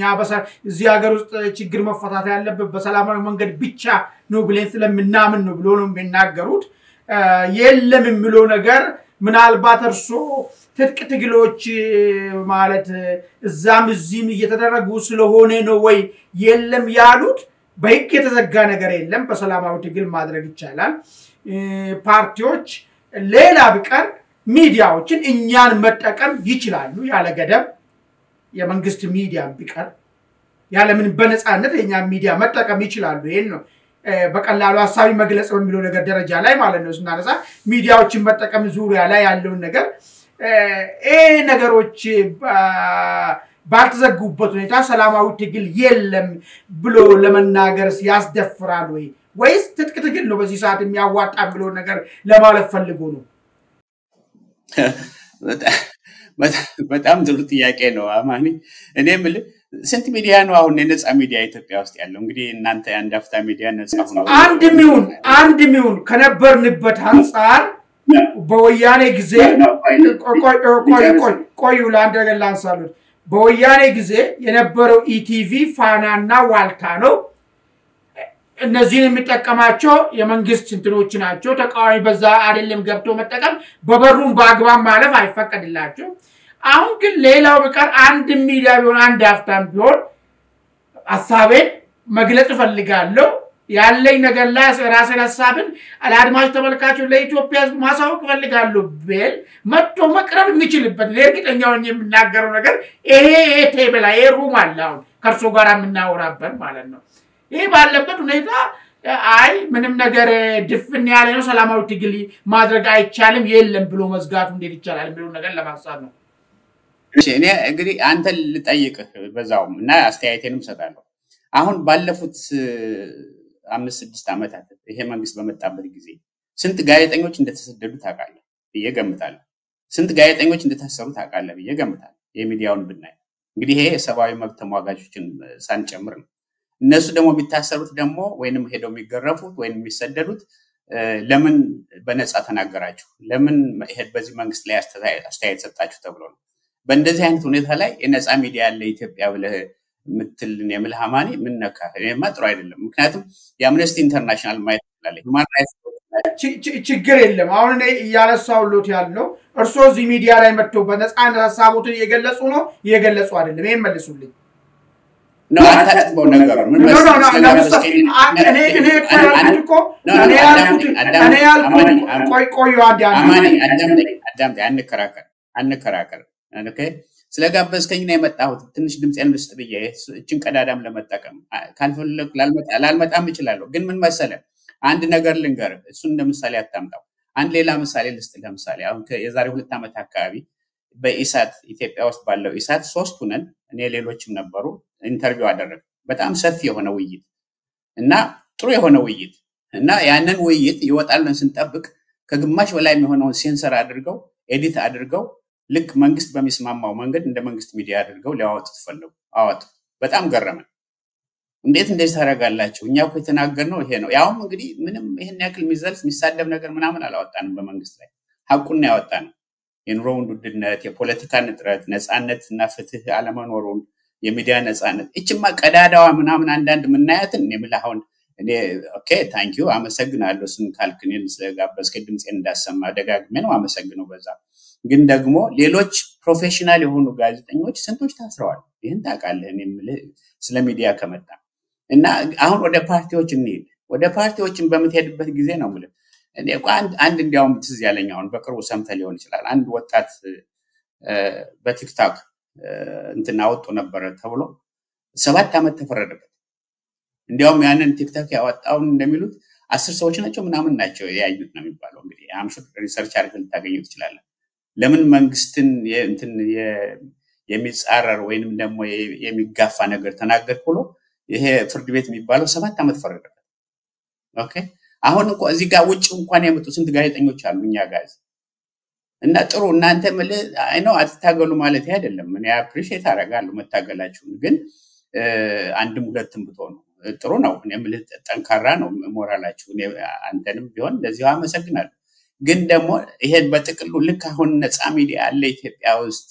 እንደ ልብ የሚናገሩበት የፓርቲዎችን እኮ ደጋግመን ቅድም ያልኩ ነው ስብሰባ እንኳን ማድረግ እኮ አይችሉም ብዙዎቹ እነዚህ አሁን ያልከው አሁን በሰላማዊ ትግል እናደርጋለን ብሎ የሚታገሉ ያልከው አብዛኞቹ በብሔር በመንደር በመናምን ስም የተዘጋጁ ፓርቲዎች ናቸው ጠንካራ ፓርቲ አይደሉም እንዲያው ለስሙ ነው ፓርቲ የሚባሉ እነዚህ አቅፈው ደህናመት ቢባሉ የሚመስሉ ነበር እንደ አብን ማንም ትለው ደግሞ እነ ብርሃኑ ነጋ የነበረው ኢዘማ ምናምን ትለው ልክ አጨብጫቢ ሆነዋል ለዛ መንግስት ምንም ህዝቡን አይወኩም እኔ ህዝብ ያለቀ በጦርነት እየተደበደበ ያን እንኳን ተቃውሞ እንኳን ማያወጡ እኮ ናቸው እንደዚህ ፓርቲዎች ብዙዎቹ መልካም አታብይ በጣም ጥሩ ያው ያለውን ነገር ግልጽ ያረግኝ በሚል ነገር ነው ምናልባት በዛ መድረክ ላይ የቀረበው ነገር ከቀረቡ ነገሮች ውስጥ አንድ የሆነ ካለው ነባራዊ ፖለቲካ ጋራ ምን ይዞ ሊመጣ ይችላል የሚል ነገር አንድ ሐሳብ መጥቷል ስለ ባህር በር ጉዳይ ተነስቶ የባህር በር ጉዳይ የሉና ጉዳይ ነው የሚል ነገር ጠቅላይ ሚኒስትሩ አስምሮበት የተናገሩ ነገር አለ እንግዲህ ከባህር በር ጉዳይ ጋር ተያይዞ ኢትዮጵያና ኤርትራ ተካራ ውስጥ ገብቷል ከዛም አልፎ ደግሞ ቲፒኤልኤፍ የተወሰነው ከናቱ ፊታቸው በቃር ያለው ቡድን ከሻቢያ ጋራ ለመስራት ወስኖ ፌደራል መንግስቱም ሳቆ ድንበሩን ከፍቶ አብሮ የተገናኙ ነው ያለው ጸምዶ የሚባል ነገርም ፈጠሩና የነዚህ የቲፒኤልኤፍ አክቲቪስቶች እስከ አስመራ ድረስ እየሄዱ የዛኛውም ደግሞ እዚህ እስከ አዲግራት ድረስ እየመጡ እንቅስቃሴዎች እያደረጉ ነው ያሉ አንዳንድ ወገኖች እነዚህ ሁለት ኃይሎች አንድ ላይ ሆኖ ፌደራል መንግስትን ሊወጉ ይችላሉ የሚል ትንተና እየሰጡ ያሉ አሉ እንዳው በርሶ ምልከታ አሁን ያለው በዚህ በፌደራል መንግስቱ በኩል ያለው የባህር በር ጥያቄ ጋራ ተያይዞ ከኤርትራ ጋራ ወደ ግጭት የሚገባበት ሁኔታ ይፈጠራል ብሎ ያስባሉ ወይ በጣም ጥሩ ጥያቄ ነው ይቅርታ አድርግልኝና አንድ ድል ብትሰጠኝ አንድ ደቂቃ ቢበዛው እሺ ጨምሩ ችግር የለም ጥሩ ቅድም ከተነጋገርነው ጋር ላንተም ምናልባት ጥሩ ሊሆን ይችላል አስተያየት ልስጥና አንድ መጽሐፍ አለ የታወቀ መጽሐፍ ወደ 30 ሚሊዮን ኮፒ ተሽጧል በዓለም ዙሪያ በ65 ቋንቋዎች የተተረጎመ ነውና የዛሬ 75 ዓመት አካባቢ የተጻፈው ሰምተ ሊሆን ይችላል የጆርጅ ኦርዌል የሚባል የጻፈው 1984 ኢንፋክት ሁለተኛው መጽሐፉ አኒማል ፋርም የሚለው በኦሮሞኛም ተተርጉሟል ይመስለኛል ይሄኛው እንኳን አይመስለኝም እና ኢትዮጵያ ውስጥ አሁን የምታያቸው ሁኔታዎች በጣም በሚገርም ሁኔታ እሱ የሚናገራቸው ብዙ አምባገነን መንግስት ስርዓቶች ውስጥ የሚያሳዩት ነው እና ጀስት አንዳንዶችን ልጥቀስልህ እሱ መጽሐፍ ካገኘህ ብታነበው ደስ ይለኛል አንተ እና ላይክ የተገላቢጦሽ ነው ይላል አምባገነኖች በሚነግሱበት ጊዜ ሁሉ ነገር የሚያደርጉት የተገላቢጦሽ ነው ላይክ ለምሳሌ ድህነት እያለ ብልጽግና አለ ይላሉ ይላል ኢንፋክት ካራክተሮች ሰጣቸዋል ኖብል ነው መጽሐፉና ለምሳሌ ሚኒስተር ኦፍ ፕሌንቲ የሚባል ልክ ብልጽግና የዛሬ 75 ዓመት በፊት ነው እንግዲህ እና አሁን ይሄ ታምራዊ ድገት አደረግና እንደሚሉት ማለት ነው ጦርነት እያለ ሰላም ነው ይላል እና ሚኒስትሪ ኦፍ ፒስ ለምሳሌ ያቋቁሙና ያንን በቃ ጦርነት ያካሄዱ ሰላም እንዲሰብክ ያደርጋሉ ይላል በሐሰት እየመሩ ሁሉ ጊዜ እውነት ያስመስላሉ ይላል ይሄ ሚኒስትሪ ኦፍ ትሩዝ ምናምን ይላቸዋል ካራክተር በጣም ኢንተረስቲንግ የሆነ መጽሐፍ እና መረጃን ለውሸት ማስፋፋያ ይጠቀሙበታል ይላል በተቻለ መጠን አሁን ሶሻል ሚዲያ ዲጂታል ሰራዊት ሚሊዮን የሚጠቀሙበት እንደዛ ነው ውሸትን ለማስፋፋት እውነቱን ለመደበቅ ነው ከዛ ግን ዋናው ደግሞ ስለላ መረብ በሙሉ ይዘረጉና ይሄ ቢግ ብራዘር የሚለው እሱ ነውና ግለሰቦችን ድርጅቶችን የሃይማኖት ተቋሞችን የፖለቲካ ተቋሞችን የሁሉን መሰለያ ያደርጉታል ይላል ቴክኖሎጂውን ተጠቀሙበታል ይላል ልክ አሁን ይሄ መንግስት እንደሚጠቀምበት በኤአይ በድሮን ሰርቬላንስ ለቴክኖሎጂ በጣም ፍቅር ይኖራቸዋል እነዚህ አምባገነኖቹ እና አሁን ኢትዮጵያ ውስጥ እንደዚህ አይነት ሁኔታ ነው ያለው እንግዲህ የምታየው ከዛ ግን ዋናው ፍርሃትን መንዛት ጥርጣሬን ማስፈን ቅድም የወጣው ህግ ያልኩ ሁሉ አሁን ለዛ ተብሎ ነው ዋናው ከዛ ህዝቡን መከፋፈል ማጋጨት መዝለፍ ያደርጋሉ እንግዲህ ተመልከት ይሄ ሁሉ ከዛሬ 75 ዓመት በፊት የጻፈው ነው ይሄ ሰውዬ እና ይሄ 1984 ሚሊዮን እንደው ሪሊ እኔ ሰጀስት ማድረግ ለሌሎችም ለሚያደምጡት ለአንተ አባላት ወይም ሌሎችም ገስተው ቢያነቡት ጥሩ ነው ብዬ ሐሳብ አቀርባለሁ እና ኦኬ ወደ ኤርትራ እንሂድ እና ጥሩ ጥያቄ ነው ያቀረብከው የወደቡ ጉዳይ የሚለው አይ ቲንክ ደጋግመን ውይይት አካሄድንበታል ከዚህ በፊት ምናልባት ካንተም ጋር ከሌሎችም ሶሻል ሚዲያ ቀርቤ ንግግር አድርጌበታለሁና ማለት በጉልበት የሚሆን ነገር አይደለም መሆንም የለበትም ይሄ ደጋግመን ተናግረናል ለምሳሌ በሶማሊላንድ ጥያቄም ላይ ባለፈው ኤምኦዩ ሳይን የተደረገው ብዙ ውይይት ተካሂዶበታል የኢንተርናሽናል ዓለም አቀፍ ህግ አለ ከዛ በላይ ግን ዋናው ነገር የኤርትራ መንግስት የኢትዮጵያን መንግስት ወይንም ለኢትዮጵያ ህዝብ ወደብ አልሰጥም ብሎ አላለም ኢንፋክት ወደቡ ክፍት ነው በጋራ አብረን እናድግ እንችላለን አብረን ልንሰራ እንችላለን ብሎ ደጋግሞ ተናግሯል ከዛ ሌላ ወደብ የሌላቸው አገሮች እንኳን ራሱ በምስራቅ አፍሪካ እንኳን ብትሄድ ከሌሎች ጋር ተስማምተው እንደነ ሩዋንዳ ያሉት ሌሎችም እንደነ ዩጋንዳ እንደነ ዛምቢያ የመሳሰሉት ከነ ታንዛኒያ እና ከነ ኬንያ ጋር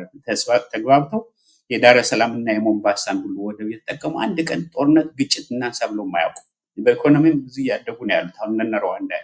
እንዲያውም በኢትዮጵያ ብዙ ፖቴንሻል አላት ለማደግ ስለዚህ በሰላም አብረህ ልታረገው የምትችለው ነገር በጉልበት ሂደን በቃ የኛ ነው ይሄ ወደብ እና ማምጣት አለብን ይያል እንደገና ህዝቡን ለመጨፍጨፍ ስንት ሚሊዮን ህዝብ አልቆ በረሃብ ደቃይቻ ሀገር እንደገና ሌላ ጦርነት መጠንሰስ በጣም የሚያሳፍር ነገር ነው በጣም አሰቃቂም ነው ሪሊዝም ለስታስበው ስለዚህ አሁን ኃይሎችን ወስደ እንግዲህ የኢትዮጵያ ፖለቲካ ደጋግመን አወርተናል ሁሉ ጊዜ ሴራ አለው በውስጡ እና አሁን እነዚህ አሁን ከህዋትን ከሁለት ከፍለው እንግዲህ መቼም መከፋፈል ነው ይሄ መንግስት በደንብ የሚችልበት ግማሹን በፊት ስንት ህዝብ ያስጨረሱ የራሳቸው ነው ትግራይንም ህዝብ ሆነ የአማራና የአፋርን ህዝብ ሁሉ እየመሩት ስንት ጦርነት ያደረግን ብሎ ያስጨረሱትን ከጎናቸው አቅፈው ይዘው አሁን እነጌታቸውና ጻድቃንን የለም ለበቃ ለትግራይ ያሰብን ይላሉ ያኛው ደግሞ እንደገና ሄዶ ከኤርትራ ጋር እጅ መንሳት ጀምረዋል ደብረጽዮን ያለበት ግሩፕ ቅድም አይ ቲንክ አንስተው ነበር መሰለኝ አሁን ሰላማዊ ሰልፍ ሁሉ ህዝቡን ተነሱ በቃ ወልቃይትን ማስመለስ አለብን ያሉ እንትኖችን መጠቀም ያርጋዋቸዋል ይሄ በቃያቸው ይመለሱ የሚለውን እንደገና ጦርነት ለመጀመር ደግሞ ያቆበቆቡ ነው ያሉት እና ይሄ መንግስት ይሄ ስርዓት የፈጠራቸው በተለይ በብሔር ላይ የተመሰረቱ ብሔርነን የሚሉ መንግስታት የህወሓትና የብልጽግና ምንጊዜም ከጦርነት ውጪ ሌላ ነገር አይታያቸው እና በተቻለ መጠን ከፋፍለው ይዘው ግጭት መፍጠር ነው የሚታያቸው ያለ ግጭት መኖር አይችልም እና አሁን በተለይ የሚያሳዝነኝ አሁን በአፋር ውስጥ ቅድም አንተ ያነሳው የአፋር ህዝብ ራሱ አሁን ከፍተኛ ውጥረት ላይ ነው ያለው በሁሉም አቅጣጫ በአንድ በኩል ከትግራይ በኩል ይሄ ከቲዲኤፍ ተገንጥለው ሄደው ይሰለጥናሉ የሚባሉ የኢትዮጵያ መንግስት የሚያግዛቸው አሉ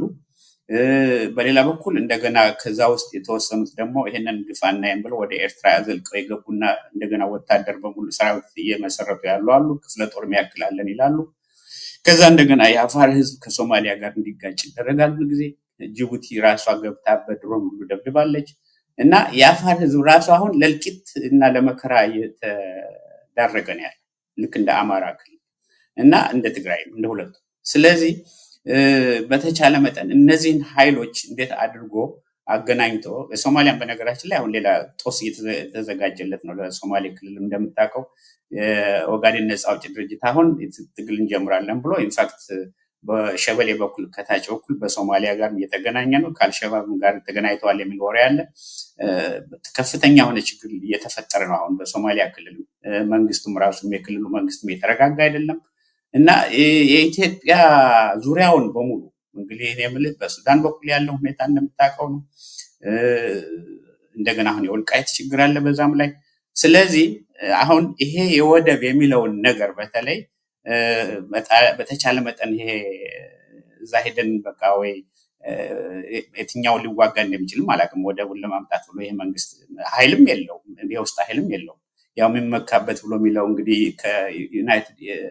ኤሚሬትስ የሚመጣ ድሮን እና የመሳሰሉን ተጠቅሜ ብሎ ነውና በጉልበት እኮ ነው በጉልበት እንኳን አሰብን ራሱ ያስኩ ብለህ ምን ለማድረግ ነው አሰብን ከዛ በኋላ እንደገና ተከታታይ ጦርነት ለ20 ዓመት ለ30 ዓመት የሚፈጅ ውጊያ ከኤርትራ ጋር ለማድረግ ነው እኔም የኤርትራ ህዝብ ራሱ በሉዓላዊነቱ በጣም ከፍተኛ ሆነ እንትን ያለው ህዝብ ነው ምንም ጥርጥር የለውም በዛ እና በሙሉ ዳያስፖራ ያለው ሁሉ ተሰብስቦ ይገባል አሁን እንደዛ አይነት ጦርነት በኤርትራን ሉዓላዊነት ለመድፈር ኢትዮጵያ እንደገና ጦርነት ብትጀምር ለምን ይሄ ሁሉ ግን በቀላሉን የምለ አብረ ተስማምተው ወደቡንም አግንተን አብሮ ማደግ እየተቻለ ለምንድን ነው ሌላ ጦርነት ጉስጉስ እንደገና ቀውስ ውስጥ ኢትዮጵያን ኤርትራን የሚያስገባው ይሄ መንግስት እና ይሄ ነው የሚታየኝ አይ ዶንት ኖ ምናልባት የኤርትራ መንግስት በሰላማዊ መንገድ ይሄን ጥያቄ ለመቀበል ፍቃደኛ ካልሆነስ ምናልባት ወደ ኋላ መመለስ ይሆንብናል እንጂ ልክ ኢትዮጵያ ስለ ባህር በር ጥያቄ ስታቀርብ ወደ ሬድ ሲ አክሰስ የሚያገኝ ጥያቄ ስታቀርብ ያላትን ሰጥታ ለመቀበል ነበረ ይሄ ጥያቄ ሲቀርብ ግን የኤርትራ መንግስት ምን ሲያደርግ እንደነበር የሚታወቅ ነው ጸረ ጎረቤት ሀገራቶች ሁሉ ኢትዮጵያ ላይ እንዲያድሙ አንዴ ግብጽ አንዴ ሞቃዲሾ የተከደ ብዙ ሙከራዎች ሲደረጉ ነበር የሰላማዊ ጥያቄ ለምን ተጠየቀ ተብሎ ማለት ነው ደግሞ ኢትዮጵያ ፖለቲካ ፓርቲዎች ይቀደመ በወያኔ ዘመን የአሰብን ጉዳይ አንስቶ አንዱን የመታገያ ነጥብ አድርጎ ነበር ሲያነሱ የነበረው አሰብ በግፍ ነው ከኢትዮጵያ ተወሰደችው የኢትዮጵያ አካል ነው ይሄን ደግሞ መመለስ መቻል አለበት የሚል ነገር ሲያቀርቡ ነበር ስለዚህ ይሄን በሰላማዊ መንገድ ተጠይቆ ፍላጎት ይሄ እንዴት ይጠየቃል ተብሎ የሚያኮርፍ ከሆነ በህጋዊ መንገድና በሞራልም በህግም መጠየቁ ደግሞ አግባብ ለምንድን ነው አግባብ አይሆንም ተብሎ የሚታሰበው አሰብ የኢትዮጵያ መሆኑ የታወቀ በግፍ ያን ኤርትራ ከኢትዮጵያ ውስጥ ይገነጠል እንደሄደ እንግዲህ ብዙ ሰዎች ያረሳሉ ፓርቲዎች እንደመታገያ አድርጎ እስከ ማንሳት ድረስ ነበር ከዚህ ቪዲዮ ነበረው ነገር ይሄ ጥያቄ ማንሳቱ አግባብ አይደለም ብሎ ያምናሉ ወይ እርሱ ነው ምን መሰላማን አንደኛ አይ ቲንክ እውነታውን እንትን ያን ብንነጋገር ጥሩ ነው እንደገና ረስተውም ካልሆነ ከአመት በፊት የኢትዮጵያ መንግስት በሰላማዊ አይደለም አሰብን ይዛለው ያለው የኛ ነው ድሮም ቀይ ባህር ሄደን መያዝ አለብን ብሎ በጉልበት በደንብ እንትን ያቀራራ ነው የነበረው በጉልበት እንመልሳለን ይላል በሰላማዊ መንገድ ጠየቀ ምናምን ብለከት እንደመጣው አላቅም እኔ እንግዲህ የተለያየ ነገር ነው የምንሰማው ማለት የተለያየ ነገር ነው የምንሰማው ኖ መጀመሪያ ጋሻቢው መጀመሪያ ስለ ባህር በር ጥያቄ ሲቀርብ ጎረቤት ሀገሮቻችን እኛ ያለን እንሰጣለን መሬት መስጠት ሊሆን ይችላል አንስላዲኝ ባሎን አይ ካለ ሜጋ ፕሮጀክቶች ላይ እናካፍላለን አምስት አማራጮች ናቸው የቀረቡት እነዚህ የሰላማዊ መንገድ ነው የወደደ የፈቀደ ከነዚህ ካቀረብናቸው ነገር ላይ ወስዶ እኛን ደግሞ ወደ ቀይ ባህር የሚያስጠጋን የሚያደርሰን መንግስት ካለ የሚል ጥያቄ ነው ቀረበው ይሄ ነው እኮ ጥያቄው መጀመሪያ እኮ ቀረበው ይሄ ጥያቄ ለምን ይነሳል ብሎ አኩርፎ ትላንትና ጠላት ከተባባሉ ከወያኔ ጋር አብሮ ማበር ሌላ ጊዜ ከሶማሊያው ፕሬዝዳንት ጋራ ያን ሁሉ እንትን ማድረግ ከግብጽ ጋር ያን ሁሉ እንትን ማድረጉ ምን አስፈለገ? አይ እኛ አንሰጥም እኛ አንፈልግም ይሄን ጥያቄ ግን ወንድማማችነታችን ይቀጥላል ማለት አይቻልም ነበር ወይ? ለምንድን ነው ኢትዮጵያ ብቻ ጠባጫሪ ተደርጋ የምትቀርብበት ምክንያቱ? ላቀረበችው ጥያቄ መሰለ አማኒ ድል ስጠይ ልናገር ምን መሰለ አንደኛ ነገር በኤርትራና በኢትዮጵያ በኩል የነበረውን ታሪክ አሁን 2-3 ዓመት ታሪክ ነው የምናወራው ያ ዛሬ 20 ዓመት 30 ዓመት አይደለም እና ከጦርነቱ በፊት ስምምነት አደረግን ተብሎ ጠቅላይ ሚኒስትሩ ራሳቸው የኖቤል ፕራይዙን ያደረጉበት ከኤርትራ ጋር አደረጉ ብለው ከዛ በኋላ አሰብን በደንብ አብረን እንጋራለን ተብለው ሁለቱም መንገድ እየሰሩ ኢንፋክት የኤርትራ መንግስት ራሱ መንገዱ ላይ እንዲያውም በሲሚንቶ ሁሉ እያሰራ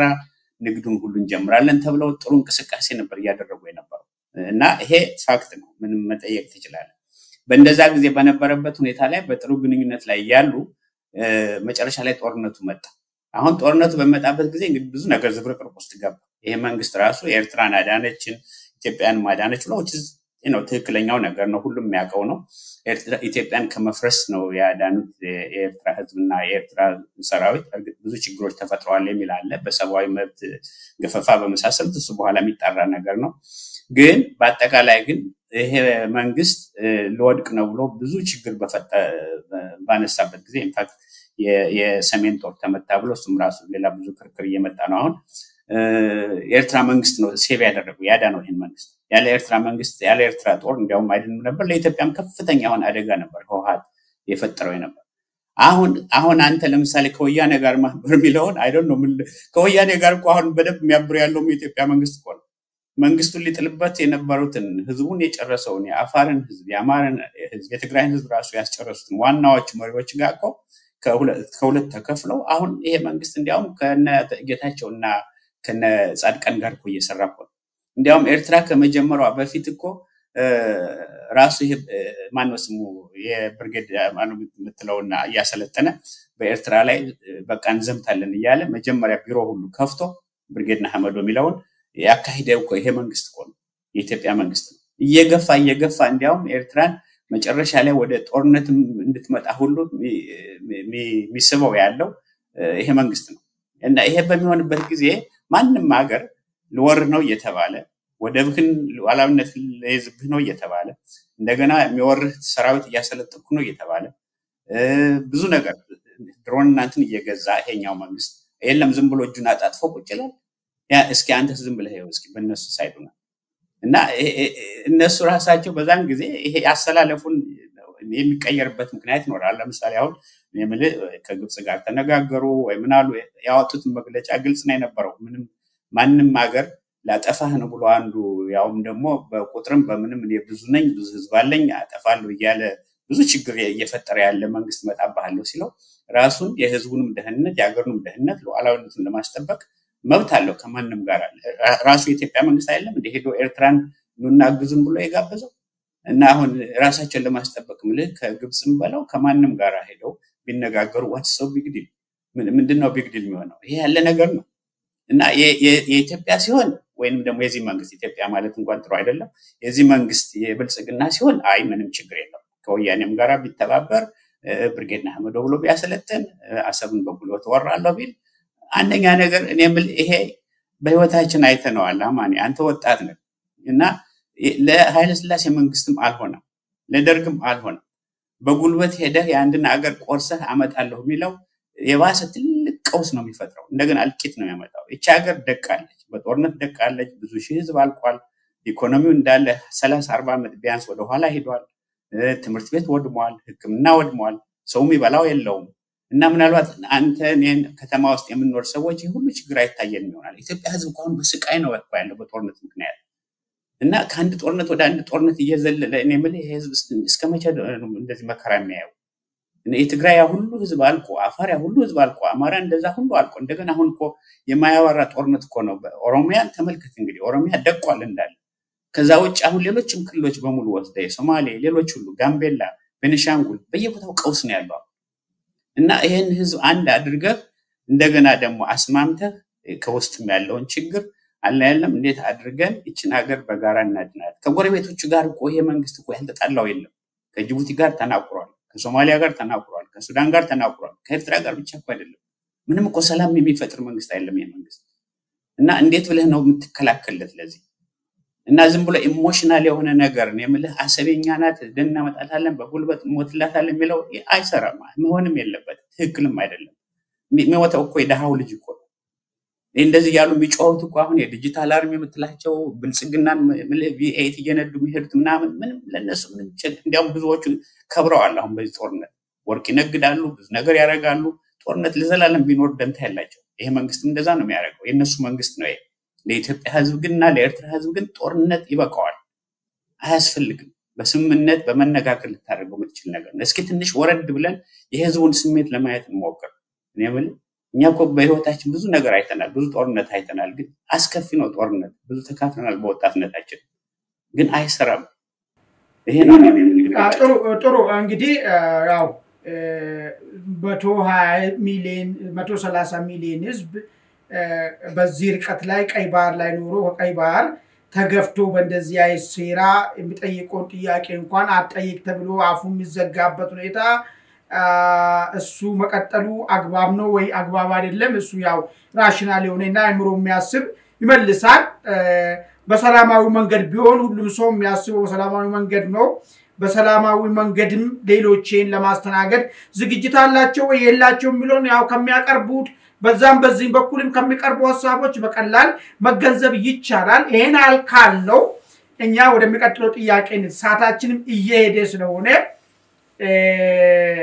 ሁለት አማኒ ይቅርታ አድርግልኝና አንዳንድ ነገሮች ላይ ብንግባባ ጥሩ ነው ታፍኖ አፍ ተዘግቶ ምናምን አንዳንድ ተቀምባቸው ቃላት ጥሩ አይደሉም እኔ ምለ ለሁላችንም ጥሩ አይደለም እና ኢሞሽናል ሊያደርግ ይችላል ግን ማንንም አልዘጋም እኮ እኔ ምለ ይሄን ጦርነትና ሁሉ ነገር ከመደጋገም እኮ ነው ያልኩ በሰላም አንነጋገር አላለም የኤርትራ መንግስት ሌላዎችም ፎርዳት ማለት ከጅቡቲ ጋር እንኳን እየተጣላ እኮ ነው ህይወቷ የኢትዮጵያ ህይወት እኮ የቆመው በጅቡቲ ነው ተመልከት ከዛች ሀገር ጋር እንኳን መስማማት አልቻለም ይሄ መንግስት እና ይቅርታ አድርግልኝ አም ሶሪ ደብል እሱን በደንብ ብታጤነው ደስ ይለኛል ችግር የለውም ያው ሐሳብን እንግዲህ ሁሉ ሐሳቡን መግለጽ ነው መጠየቅ ነው ለኔ የሚቀጥለው ጥያቄ ጋር ሊድና ሰሞኑን በበየነ መረብ የተደረገ ሰልፍ እንግዲህ አስመልክቶ የተለያየ ትችቶች ተቀርቡ ነበር ምናልባት እርሶም ሰምቶናሉ በነ ቴድሮስ ጸጋዬ በነ አቶ ልደቱ አያለው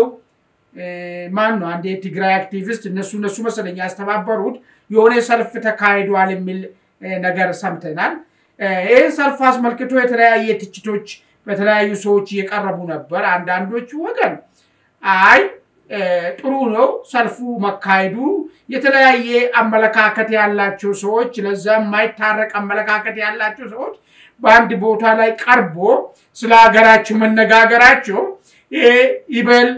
ይቀጥል የሚያስብል ነገር ነው ጥሩ ነገር ነው እንደዚህ መለመዱ የሚል ሐሳብ የሚያነሱ ሰዎችን ሰምተናል በዛው ልክ ደግሞ ሌሎች ወገኖች ደግሞ የለም ይሄ ሰልፍ መጀመሪያው ራሱ የተሸነፈውን የህወሓት ፖለቲካል ሄጀሞኒን መልሶ ለመገንባት የሚደረግ መሯሯጥ ነው ሰዎቹንም ስናቸው ለህወሓት ሲስ ልብ ያላቸው በተለያዩ ልደቱ ሁሉ ጊዜ ህወሓት ላይ የሆነ ነገር ሲመጣ ተወርውሮ ነው የሚከራከሩለት ባለፈው እንኳን በቅርቡ ትዝታለን ምርጫ ቦርድ ህወሓት የሚባል ድርጅትን ሰርዣለሁ ስል እንዴት ይሰረዛል ብሎ ሲከራከሩ የነበሩ ሰው ናቸው ያው መብት ስለሆነ ስለዚህ ሰልፍ የተባለው ምንም አዲስ ነገር አይደለም የብሔር ኃይሎች ተሰባሰቡበት ነው ለዛም የብሔር ፖለቲካን ወደ ኢትዮጵያ አምጥቶ ያስተዋወቁ ባለቤቱ የሆኑት አዛውንቱ ጋሽ ስባትም እዛ ላይ ቀርቦ ንግግር ያደረጉበት ስለዚህ ይሄ የቲፒኤልኤፍን ፖለቲካል ሄጀሞኒ መልሶ ወደ ኢትዮጵያ ሰማይ ስር ለመመለስ የተደረገ ርብርብ ነው የሚሉ ወገኖችም አሉ እንዳው በርሶ እይታ እርሶ ምንድነው ተረዱት የተካሄደውን በየነ መረብ ሰልፉ ምን ተረዱ ምንስ ይዞ ይመጣል ብሎ ያስባሉ ኢትዮጵያ ፖለቲካ ላይ ማለት ነው? በጣም ጥሩ ምን መሰለ እንግዲህ አማኒ እንትኑ ሰልፍ ብለውታል እነሱ የበየነ መረብ ሰልፍ ነው መሰለኝ ያሉት አንዱ ለጥሩን የሚሆነው የሚመስለኝ መወያየት ሁልጊዜም ጥሩ ነው በሰላም መወያየት እኮ ምንም ችግር የለው እንዲያውም እንደዛ ነው የሚጎለው አሁን በአገራችን ውስጥ እና ለመጀመሪያ ጊዜ በተለይ በሌላ ጊዜ ማይቀራረቡ ኃይሎች በነገራችን ላይ መንግስትንም ተጋብዘው ነበር የብልጽግና ፓርቲን ብለው በሱም ብዙ ክርክር አለ በተጋበዙት መሃል ማነው ስሙ ስብሐት ነጋም ብቻ አይደለም አቦይ ስብሐትም ብቻ አይደለም እንትን ያሉት ከዛ ኦፍ ኮርስ ህወሓትንም ጋብዘው ነበርና ሁሉንም ነገባዙት እንግዲህ ያኛው ፕራክቲካሊ ይሰራል አይሰራም እሱ ሌላ ጥያቄ ነው ብዙ ሲከራከሩበት ነበር ግን መነጋገር ምንም መጥፎ አይደለም ጦርነት ነው መጥፎ እና ቀርቦ መነጋገራቸው አሁን እኮ የኛ የኢትዮጵያ ፖለቲካል እንትን ትልቁ ችግር ጥርጣሬ ነው ማንንም ከማን አይተማመን እና በተለይ ልሂቃኑ ማለት በእነሱ ስለማይተማመኑ ጥርጣሬ ስላለ ያላቸውን ሐሳብ እንኳን ወደ ጠረጴዛ አምጥተው እኛ ምንለው ይሄ ነው ለኢትዮጵያ ብለን ምናስበው ወይንም የብሔርም ሊሆኑ ይችላሉ ለኦሮሞ ነፃ አውጪ ሊሆን ይችላል ወይንም የትግራይ ነፃ አውጪ ሊል ይችላል ግን ፋኖ ሊሆን ይችላል ኦነግ ሊሆን ይችላል ፋኖም በነገራችን ላይ ተጋብዘው ነበር አይ ቲንክ ኦነግም ያው ተወኪል ልከዋል እና መንግስትም እንግዲህ ይሄ ፎረም ጥሩ ፎረም ነው ወይ ሌላ ጉዳይ ነው ቢነጋገሩ እኮ ጥሩ ነው ለመነጋገሩ እኮ ምንም ችግር የለው ምነው ነገ አሁን ጦርነት ቆሞ በኦሮሚያም በአማራም ይሄ መንግስት ራሱ እየሄደ የሚጨፈጭፈውን በድሮን የሚደበድበውን አቁሞ ለጊዜውም ቢሆን እንኳን እንነጋገር ቢል እኮ እንዴት ጥሩ ነገር ነበር የሚሆነው አምሹር በፋኖ በኩልም በእንደዛ አይነት ቅንነት የማይመጡበት ምንም ምክንያት አይታየኝም እና ችግሩን እንዴት ሶልቭ እናድርገው እንዴት መፍትሄ እናድርግ በሚለው ላይ ነው እንግዲህ ሶስት ነገሮች ናቸው ዛ ውይይት ላይ ምናልባት ተከታትለው ከሆነ ጦርነት እንዴት ይቆም ይሄ አገዛዝ ወይንም የግፍ አገዛዝ እንዴት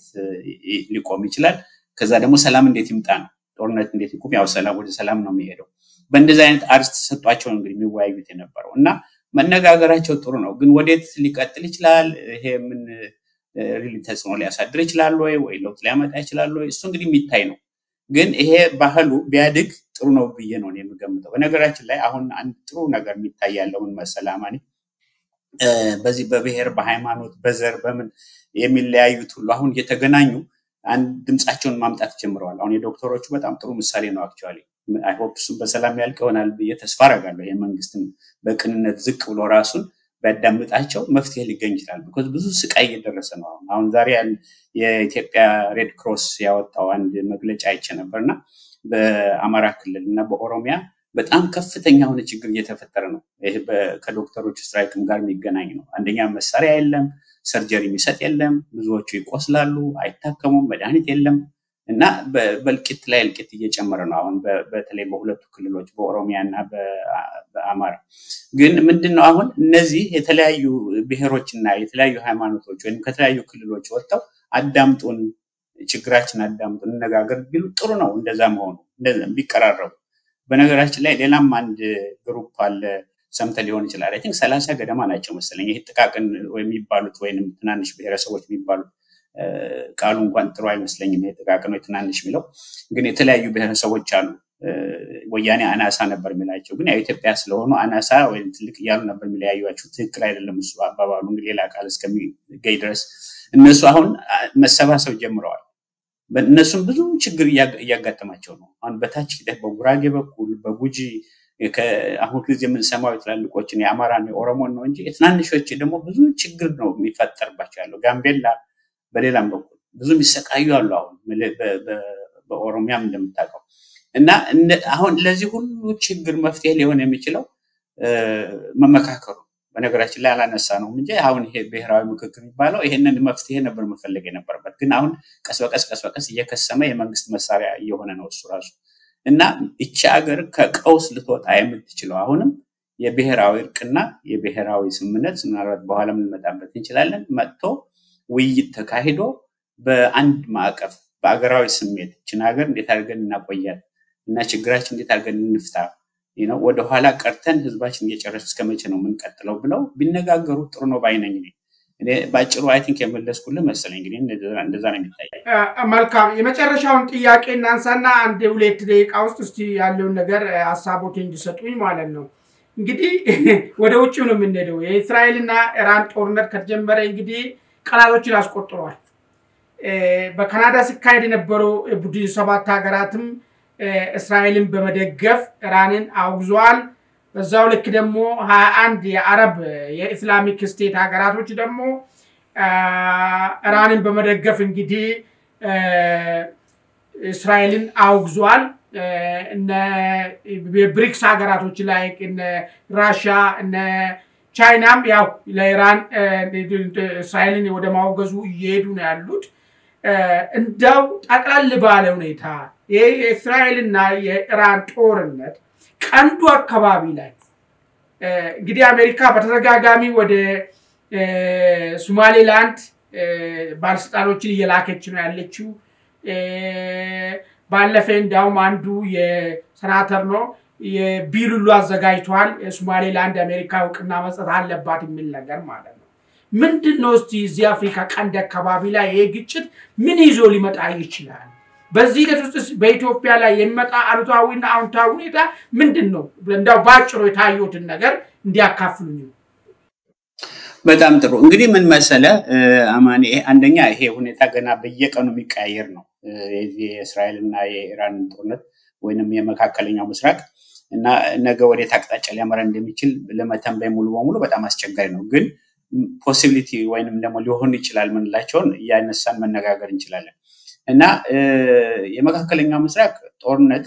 ሁሉ ጊዜ አስጊ ነው ለአፍሪካ ቀንድ ቢሆን ለዓለም for that matter አንደኛ የመካከለኛው ምስራቅ እንደምታውቀው ብዙ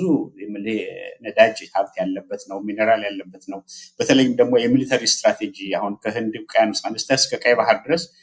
ትላልቆቹ እነዚህ ሀያላን ምትላቸው መንግስታት እነ ቻይና እነ ማንስ አሜሪካ እነ እንግሊዝ በዛ ሁሉ የሚተላለፉበት ነው እና የተለያየ ሚሊተሪ ቤዝ አሁን የጅቡቲን እንኳን ብትወስደው አሜሪካ አፍሪካ ውስጥ ያላት ትልቅ ቤዝ እሱ ብቻ ነው ሌሎችም እንደዚህ ብዙ ሀገሮች አሉ ጅቡቲ ላይ እንኳን እዚሁ አፍንጫችን ስር እና ይሄ ጦርነት በቀጥታም ሆነ በተዘዋዋሪ መንገድ የአፍሪካ ቀንድ ኢትዮጵያንም ጭምር ተጽዕኖ ሊያሳድር እንደሚችል ምንም ጥርጥር የለውም ሌላው ቢቀር አሁን ለምሳሌ የነዳጅ ዋጋ በጣም ሊጨምር የሚችልበት እድል ሰፊ ነው ዋናው ግን of course አሁን ባለው ሁኔታ በጣም የሚያስፈራ ሁኔታ ነው ለኢራን ያለው በነገራችን ላይ አሁን ይሄ የሐማስን እንትናጥተው ወደ 50,000 ገደማ ነው እንግዲህ ፓለስቲናኖች ያለቁት እዛ እንደምታውቀው በጣም በሚያሳዝን ሁኔታ አሁን እስራኤል እንግዲህ የበላይነቱን እየያዘች ነው መስሎ of course እስራኤል ብቻዋን አይደለችም ማን በጀርባው እንዳለው ሁሉም ዓለም የሚያውቀው ነው እና ኢራን መደግፋቸው የነበሩት በሙሉ የህዝበላ መጥለውና የሐማስ በጣም ተዳክመዋል ሌላው ቀርቶ አሁን ለኢራንም በጣም አስጊ ሁኔታ ላይ ነው ያለችው እንግዲህ የኢራን መልክ 5000 ከኢትዮጵያ ምናልባት ሳይቀድም አይቀርም የፐርሺያን እንትን ስልጣኔ ለረጅም ጊዜ የቆየ ብዙ ባህልና ብዙ ተቋም ብዙ ታሪክ ያለው ሀገር ነውና በእንደዚህ አይነት ሁኔታ ላይ ባጭር ጊዜ ውስጥ እንደዚህ ሊደርስ ይችላል የሚለው በጣም የሚገርም ነገር ነው ያለማችን ሁኔታ እንዴት አደገኛ እንደሆነ ነው የሚያሳየው ለኢትዮጵያ ብዙ ጊዜ የምናነሳው ነው አደገኛ ሊሆን ይችላል የሆነ ነገር ቢዛባ ብዙ 3000 ዓመት ቆይታለች ይያል ብዙ ነገር ምናወራው ታሪክ እንኳን ኢትዮጵያን ብዙ ነገር ውስጥ ሊያደርሳት ይችላል መጠንቀቅ አለብን የሚባለው አንዱ ለዛ ነው ዋናው ግን አሁን ለምሳሌ አሜሪካኖችን ቢሆን የሚሰጉት ሽብርተኝነት ሊያስፋፋ ይችላል በሚል ነው ደግሞ እሱ እድል አለው እንግዲህ እሱ አንዱ ፖሲቢሊቲ ነው እንደምታውቀው ለምሳሌ በፐርሺያን ገልፍና በዛ አካባቢ በቀይ ባህር ላይ ሆቲስ አሉ ሆቲስ ደግሞ ራሳቸው በኢራን ነበር የሚደገፉት የነበረው ለኢራን እንትኖች ናቸው ደጋፊዎች ናቸው እስራኤልና አሜሪካን ዋና ጠላታችን ብለው የሚያዩት ምዕራብ ሀገሩን ነው እና በተለይ ደግሞ ከፓለስታይን ጋር ያይዘው ነው እነሱ የሚታገሉት የየመን ሆቲስ እነሱ ከሻማኖስም ከአልሸባብ ጋር ግንኙነት አላቸው ነው የሚባለው እና እነሱ ሊያስፋፉ ይችላሉ የሚል ፍርሃት አለ እንግዲህ ሌሎችም ደግሞ አሁን ለምሳሌ ከሐማስ ማንስም ከህዝበላ ከምናምን የተረፉት የሚያሉ በአለም በሙሉ የተሰራጨው እንደገና ልክ ሄድሮ አልቃይዳ ሲያደርገው እንደነበረ ከፍተኛ ሆነ ዓለም አቀፍ ሽብር እንትን ሊጀምሩ ይችላሉ ብሎ የሚል ስጋት አላቸው እስራኤልም ሆነ አሜሪካም እሱን ነው የሚሰጉት እና በቅርቡ ለምሳሌ አሁን ከፍተው እንደሆነ አላቀም እንጂ እስራኤል ሁሉንም ኤምባሲ ባለም ዙሪያ ያለውን ነበር የዘጉት በዚህ ጦርነት እንደተጀመረ እና ከየትም ቦታ ብዙ ሽብር ሊፈጸም የሚችልበት እድል በጣም ሰፊ ነው ይሄ ደግሞ ብዙ ጊዜ ታይቷል በተደጋጋሚ አሁን ይሄ በሚሆንበት ጊዜ ወደ ኢትዮጵያ ብንመጣ ኢትዮጵያ ዙሪያዋን በሙሉ አሁን ችግር ውስጥ ያሉ ሀገሮች ያሏት ሀገር ነች። የሶማሊያ ዋናው የሶማሊያ ነው። አልሸባብ አሁን እየተጠናከረ ነው የመጣው። ሞቃዲሾን ሊይዝ ይችላል የሚል ሁሉ ስጋት አለ። እንግዲህ ሞቃዲሾን ከያዘ እንግዲህ በኢትዮጵያ ላይ ምን ጉዳት ሊያመጣ እንደሚችል ግብጽ ደግሞ ከላይ ያለች ብዙ ችግር ሊፈጥር የሚችልበት ሁኔታ አለ እና ቅድም ያነሳው ለምሳሌ አሜሪካኖች ይሄን ሁሉ ለመቋቋም ይመስላል አንዱ የሚያስቡት ስትራቴጂ ሶማሊላንድ ምናልባት እውቅና እንስጥ ብለው ሳያስቡ አይቀርም። እንግዲህ በተለይ የሶማሊላንዱ ፕሬዝዳንት አብዱራህማን